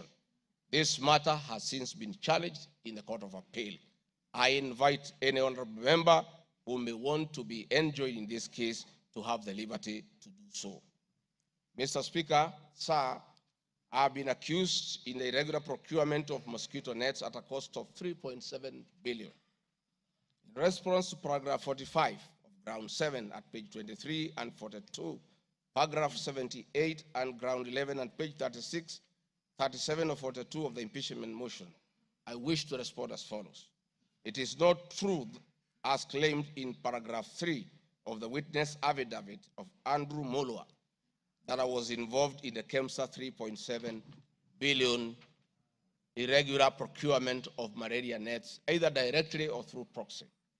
Further, Shobika Impex Limited was not awarded the subject tender as the acting director of procurement, Dr. Justice Kinoti, by letter 5th May 2023, formally notified Shobika Impex Limited that its bid was unsuccessful because its tender security was not paginated and the tender was hence non-responsive. That is clear at paragraph 4 of the witness affidavit of Andrew Molwa. He contradicts himself by claiming that on 11 July 2023, I pressured him to surrender the original bid board, yet by the letter dated 5th May 2023, KEMSA had requested for collection of the original bid. Thus, there was no cause to pressure to be exerted on Mr. Molwa for any other purpose. I am aware of a foreign company known as Shobika Impex Private Limited, domiciled in India, and which appointed Crystal Kenya Limited as its local agent in the year 2014, that is 8 years before Rigathi Gachagua became the Deputy President. To date, Crystal Kenya Limited has complied with the agency terms between itself and Shobika Impex Private Limited, annexed hereto and marked as Annex RG18 in an appointment agency letter by Shobika Impex Limited in the year 2014. Sometime in 2023, Kenya Medical Supplies Authority advertised tender number GF-ATM MOL NFM 2022-2023 for supply of long-lasting insecticidal nets using the international open tendering method of procurement on behalf of the Global Fund. The monies for supply of the nets, as per my understanding, was a pure grant from the Global Fund. I am aware that Shobika Impex Limited still participates in doing business with and has not been debarred by the Global Fund to date. I believe being technically qualified to provide and deliver the goods subject of the tender document, having the financial ability to do so, and without their participation or assistance from Crystal Kenya Limited, Shobika Impex Private Limited independently participated and submitted in its bid in response to the subject tender pursuant to an invitation by KEMSA. Having not participated in the subject tender, Crystal Kenya Limited did not submit any of the documents in response to the subject tender. Specifically, Crystal Kenya Limited did not submit a bid board or tender security in its name in response to the subject tender. It is therefore not true that Crystal Kenya submitted a fake bid board with an intention to fraudulently acquire public property. It is also not true that with my sons, I used Crystal Kenya to massively launder money, conceal proceeds of crime, engage in corruption, and benefit from influence peddling. Subsequently, by the letter 5th May 2023, KEMSA notified Shobika Impex Limited that it was not successful because the tender security was not paginated, and requested Shobika Impex Private Limited to collect its bid security from the procurement office immediately. Annexed hereto and marked Annex RG19 is a said letter by KEMSA dated 5th May 2023.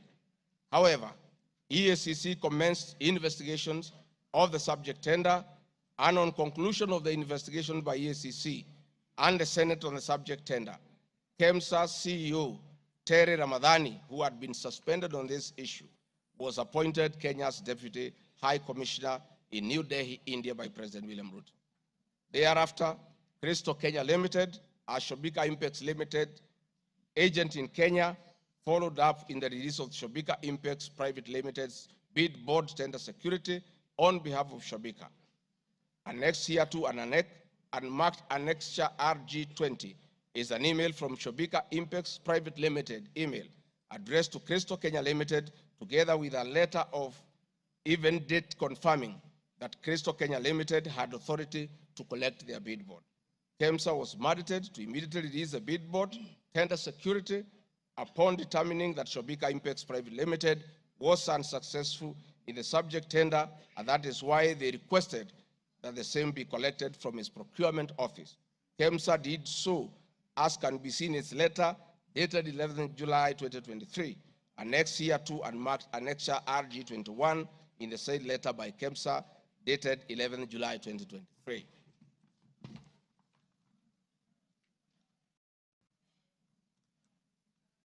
Mr. Speaker, noting that Shobika Impex Private Limited was not successful, it did not supply any goods and it did not receive any public funds in payment thereof with respect to the subject tender.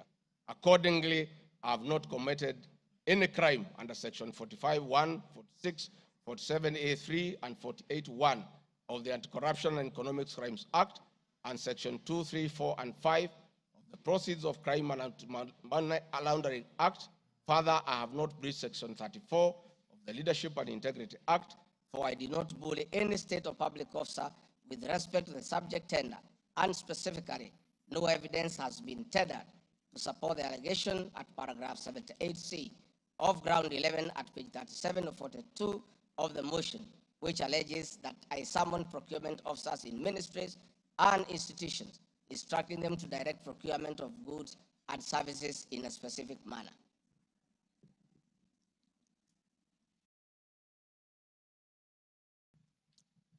I have been accused of unnecessary and expensive renovation of the official residence of the Deputy President in Karen and Mombasa. Mr. Speaker, firstly, I would like to state that funds for the renovation of the official residence were approved and allocated by this Honorable House based on the fact that the premises had been neglected for a very long time when Dr. William Ruto was Deputy President. It cannot be fair that this House would proceed to impeach me because of an action that these honorable members have approved by way of appropriating monies for the renovations. Mr. Speaker, the contract for the refurbishment of the official residence of the Deputy President, dated 22nd December 2022, was signed by Honorable Katole Metito, the Controller of State House, Office of the President, and Agrobic Investment Limited that was awarded the tender, because the Controller of State House at that time was the accounting officer in charge of the Office of the Deputy President. The report of the Auditor General, Mrs. Nancy Gadongo, dated 24th January 2024, on the Executive Office of the President for the year ended 30th June 2023, gave the opinion confirming that due compliance with the Public Finance Management Act 2012, the report is annexed herewith and marks as Annex RG 23.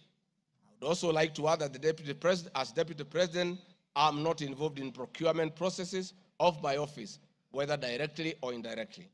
I would also like to state that I do not know the company, Agropric Investments Limited, which undertook the renovations. I do not know the directors and the company. I did not participate in the tendering or supervising of the same. The motion dated 26 September 2024 alleges that on 29 January 2023, 45 million Kenya shillings was transferred to Bayani Enterprises Limited, which is alleged to be a special purpose vehicle used by me to siphon public funds. No evidence whatsoever is contained in the motion showing that the said company is in any way connected to me or that I have any beneficial interest in the said company, which I am neither a director or a shareholder. I categorically categorically refute the allegation, which is false and unfounded. Mr. Speaker, I would also like to confirm that I'm not a director or a shareholder, directly or indirectly, of the company called Agro-Brick Investments Limited, and I do not know its shareholders or its directors. Mr. Speaker, there's an allegation of dubiously acquiring substantial portion of the sum of 100 million paid to Lusona Events Limited. My response, Mr. Speaker, is just like in the above other matter. I have read the motion, and I would like to state that there is no evidence that this company is linked to me.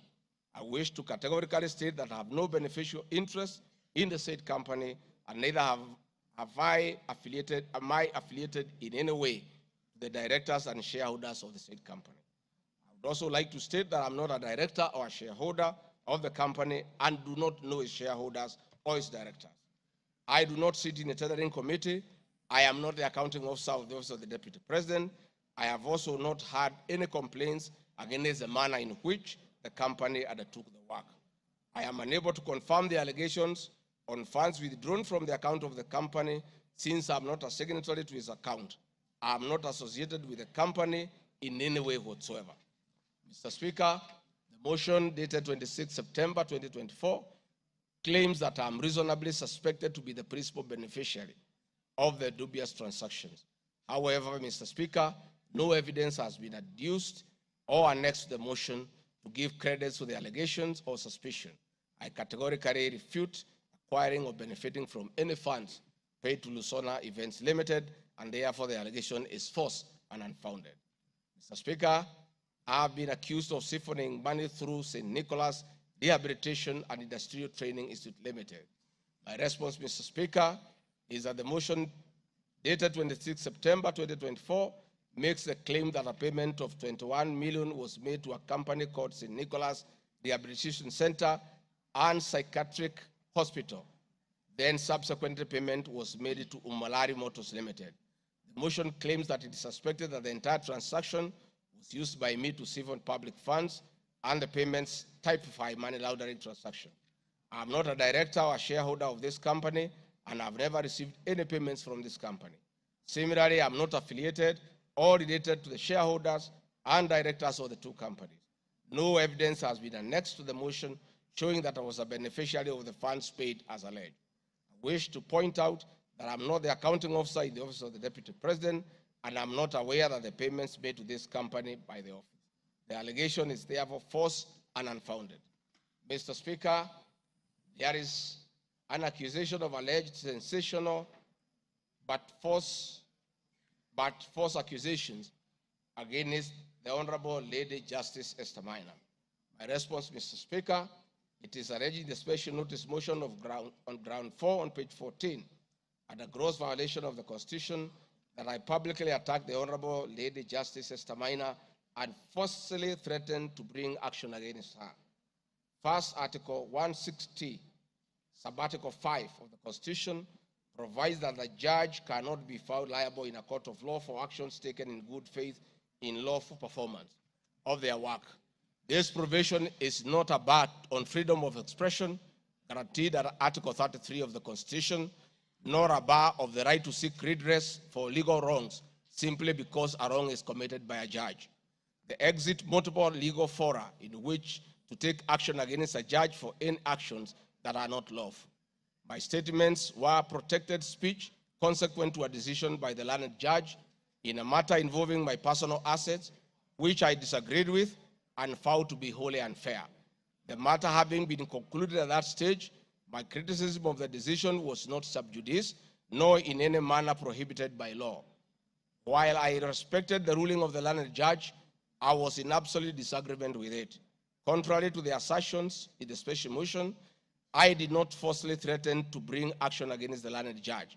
I took actual legal action available to every citizen of Kenya under Article 160B, subsection 2 of the Constitution, which allows any person to petition the Judicial Service Commission for removal of any judge and filed a legal complaint before the Judicial Service Commission, JSC, in March 2024. The complaint being live before JSC, discussion of the conduct of the learned judge in the said manner here would be sub judice. A copy of the complaint is annexed herewith and marked Annexure RG24.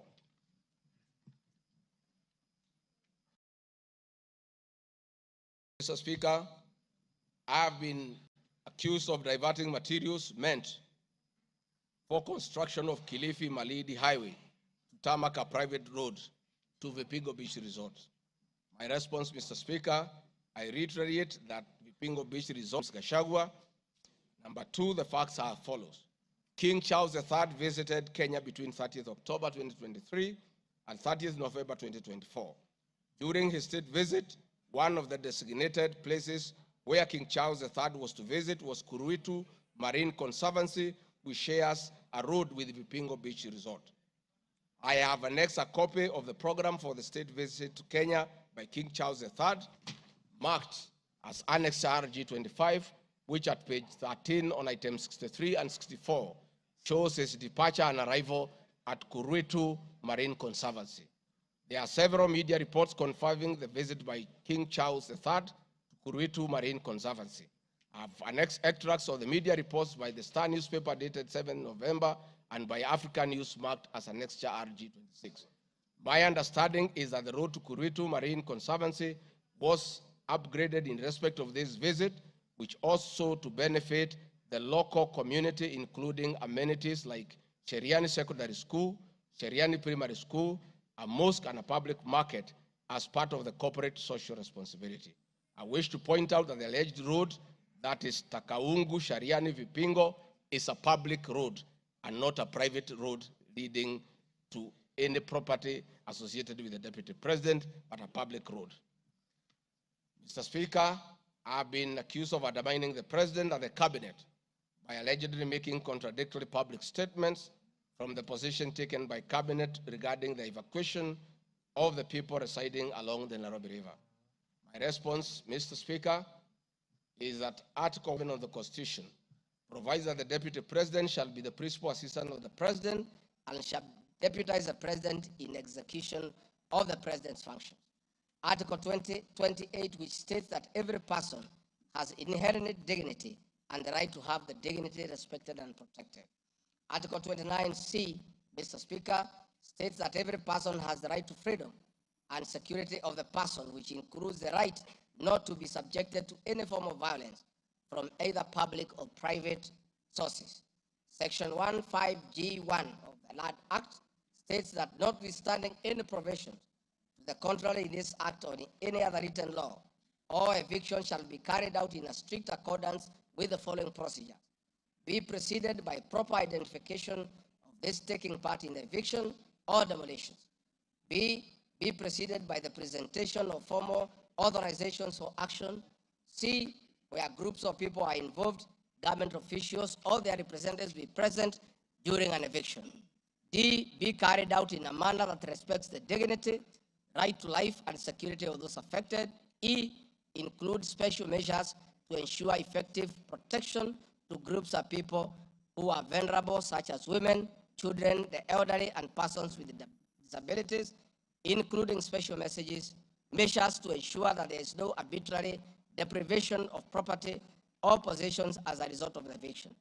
This includes mechanisms to protect property and possessions left behind involuntarily from destruction, to respect the principles of necessity and proportionality during the use of force, and give the affected persons the first priority to demolish and salvage their property. Critically, our Constitution provides at 147(2) that first the Deputy President shall perform the functions conferred by this Constitution and any other functions assigned by the President. Pursuant to Article 3 of the Constitution, I, as well as every other citizen of Kenya, and state or public officers have an obligation to respect, uphold, and defend this Constitution in performing any of my functions. This, the national values and principles of governance contained in Article 10 of the Constitution, by those state organs, public officers, and all persons, including myself as Deputy President, wherever we make or implement public policy decisions. In addition to this matter, Mr. Speaker, these national values and procedures include the rule of law, democracy and participation of the people, human dignity, equity, social justice, inclusiveness, equality, human rights, non-discrimination, and protection of the marginalized. Adherence to these principles become extremely important when we as state officers are contemplating legal evacuation of citizens with a duty to avoid inhuman forced eviction that will be contrary to our constitution and international law. While campaigning with President William Ruto, and subsequently when I was sworn in as Deputy President, the President and I promised as a key pillar of the Kenya Kwanza government that there will be no forced or unlawful evictions, and that all evictions will be human and entail legal compensation. Mr. Speaker, the Office of the Deputy President has undertaken extensive engagement with all parties in regard to cabinet decisions on eviction, which I fully support, including the Nairobi River, which is an entity under the Office of the Deputy President and the County Government of Nairobi. Adherence to these principles become extremely important when we, as state officers, are contemplating legal evacuation of citizens with a duty to avoid inhuman forced evictions that will be contrary to our Constitution and international law. Guideline number 6 of the United Nations General Assembly Guidelines for the implementation of the rights to adequate housing prohibits forced evictions, and that the state should ensure that any eviction under domestic law are fully compliant with international law. The guidelines further require meaningful engagement with communities to ensure that the rights of residents are implemented cooperatively without the need for eviction procedures or police enforcement. Of government directives on the eviction, save for the fact that on being informed that the persons residing along Nairobi River would be evicted and paid 10,000 shillings only, which I and many other Kenyans felt was inadequate compensation for eviction. I insisted that the government should abide by the constitutional dictates and international norms while implementing any cabinet decisions, including eviction, and maintain the dignity of the citizens of Kenyans facing eviction. My statements did not and cannot be construed to undermine the president by insisting that people should not be evicted inhumanly and without adequate compensation. Mr. Speaker, I've been accused of undermining devolution by allegedly holding a meeting in Nairobi Wakulima Market. The motion alleges that on 28 September 2024, I unlawfully interfered with the running of the Nairobi City County government by holding a public rally where I allegedly incited citizens against lawful directives of the county government on planning and location of markets. My response, Mr. Speaker, is that the motion alleges that on 20 September 2024, I unlawfully interfered with the running of the Nairobi City County government by allegedly inciting citizens against lawful directives.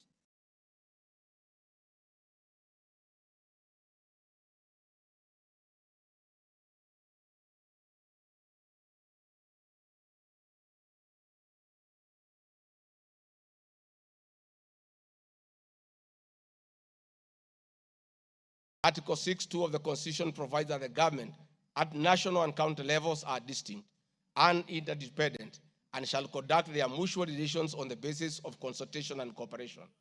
This being the case, it cannot be said that there is a violation of the Constitution when someone from the national government makes a comment on matters relating to county government. The traders had sought me out to intervene and request the governor on their behalf to dialogue with them and seek a solution to the grievances with regard to the relocation of markets. I request that a video, annexed RG video 3, be played for the benefit of members to say what I said.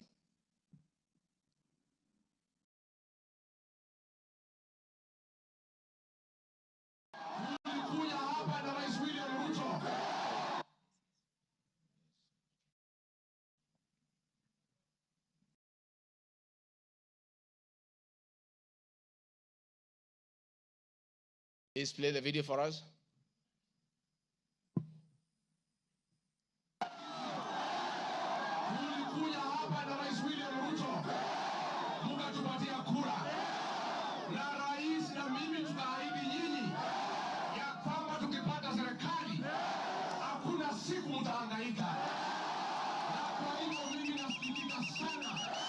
Nikisikia serikali ya kaunti inatangaza nyinyi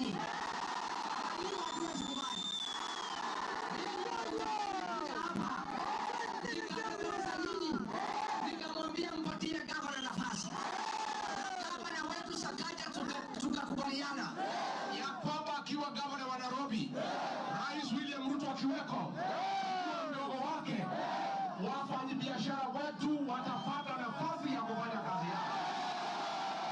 Na mimi nataka kuomba kwa heshima, wale wote ambao tumepatiwa nafasi ya uongozi na Wakenya, tukumbuke ya kwamba tulipata nafasi ya kuongoza kupitia kwa kura ya wananchi. Na tukumbuke ya kwamba wakubwa wetu, wadosi wetu ni Wakenya. Na hakuna siku tutaweza geuka Wakenya, sababu ndio walitupatia nafasi ya uongozi.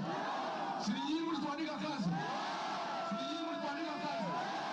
Kwa hivyo mimi niseme ya kwamba niliuliza gavana mketi chini, kuwe na mazungumzo, kuwe na maelewano.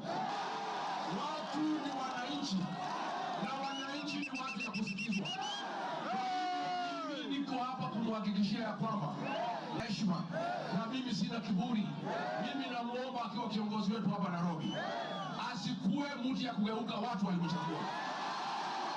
Mimi nimemwambia yeye akubali aketi chini na kamati. Hii soko ime... Thank you, Mr. Speaker. My counsel has just drawn my attention that in my earlier explanation on Nairobi River, I have a video 1 and 2 that I would like you to play so that I buttress my point on what I meant. Please, the 1 and 2. People of Kenya to work hard. We don't have a choice. Once we try to fix this economy and create a good working environment where we don't criminalize enterprise, where ordinary Kenyans are allowed to work, where businessmen are not harassed by KRA,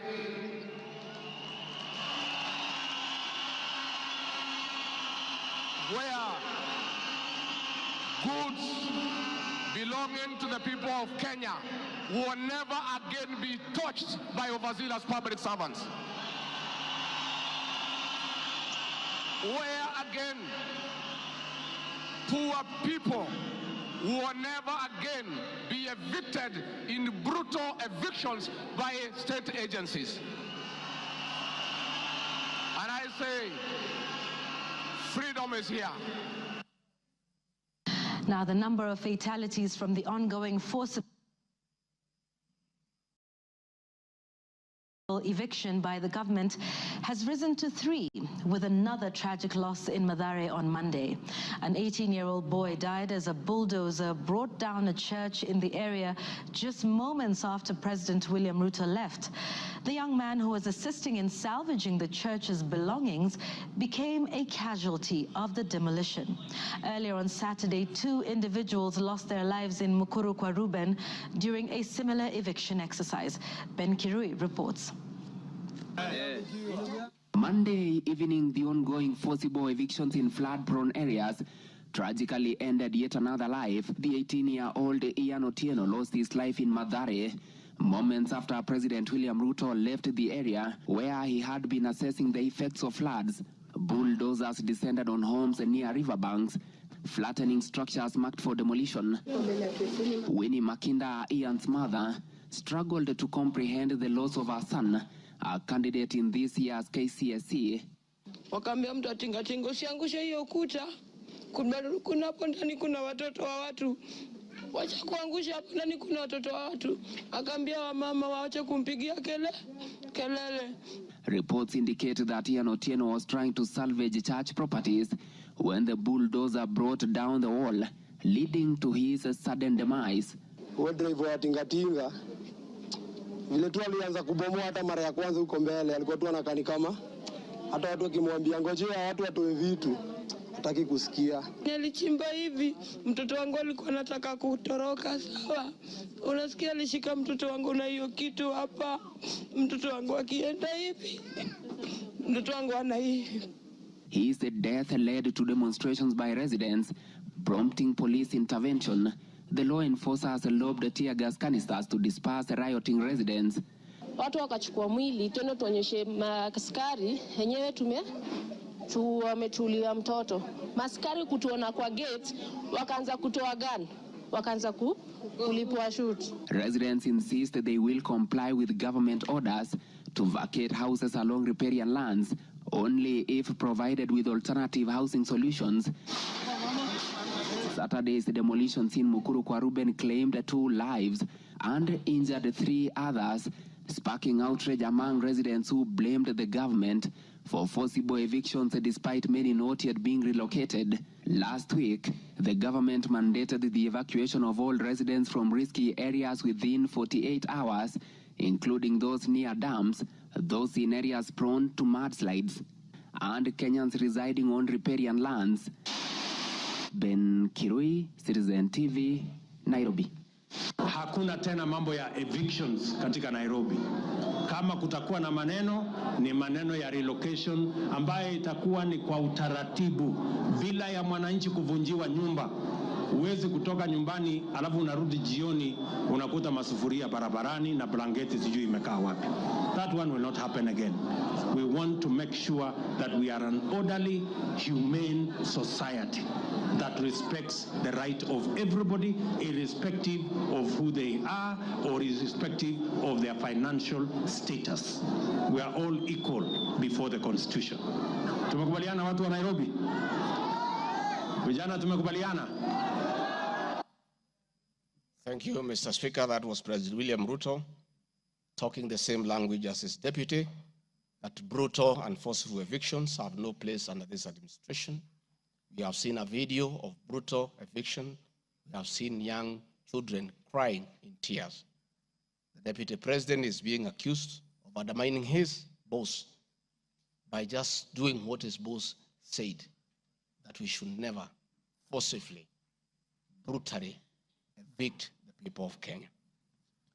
Mr. Speaker, the leadership of Nairobi business traders approached me sometime in March 2024 at the official residence to discuss multiple issues affecting business, requested engagement in the solution and intervention on these issues.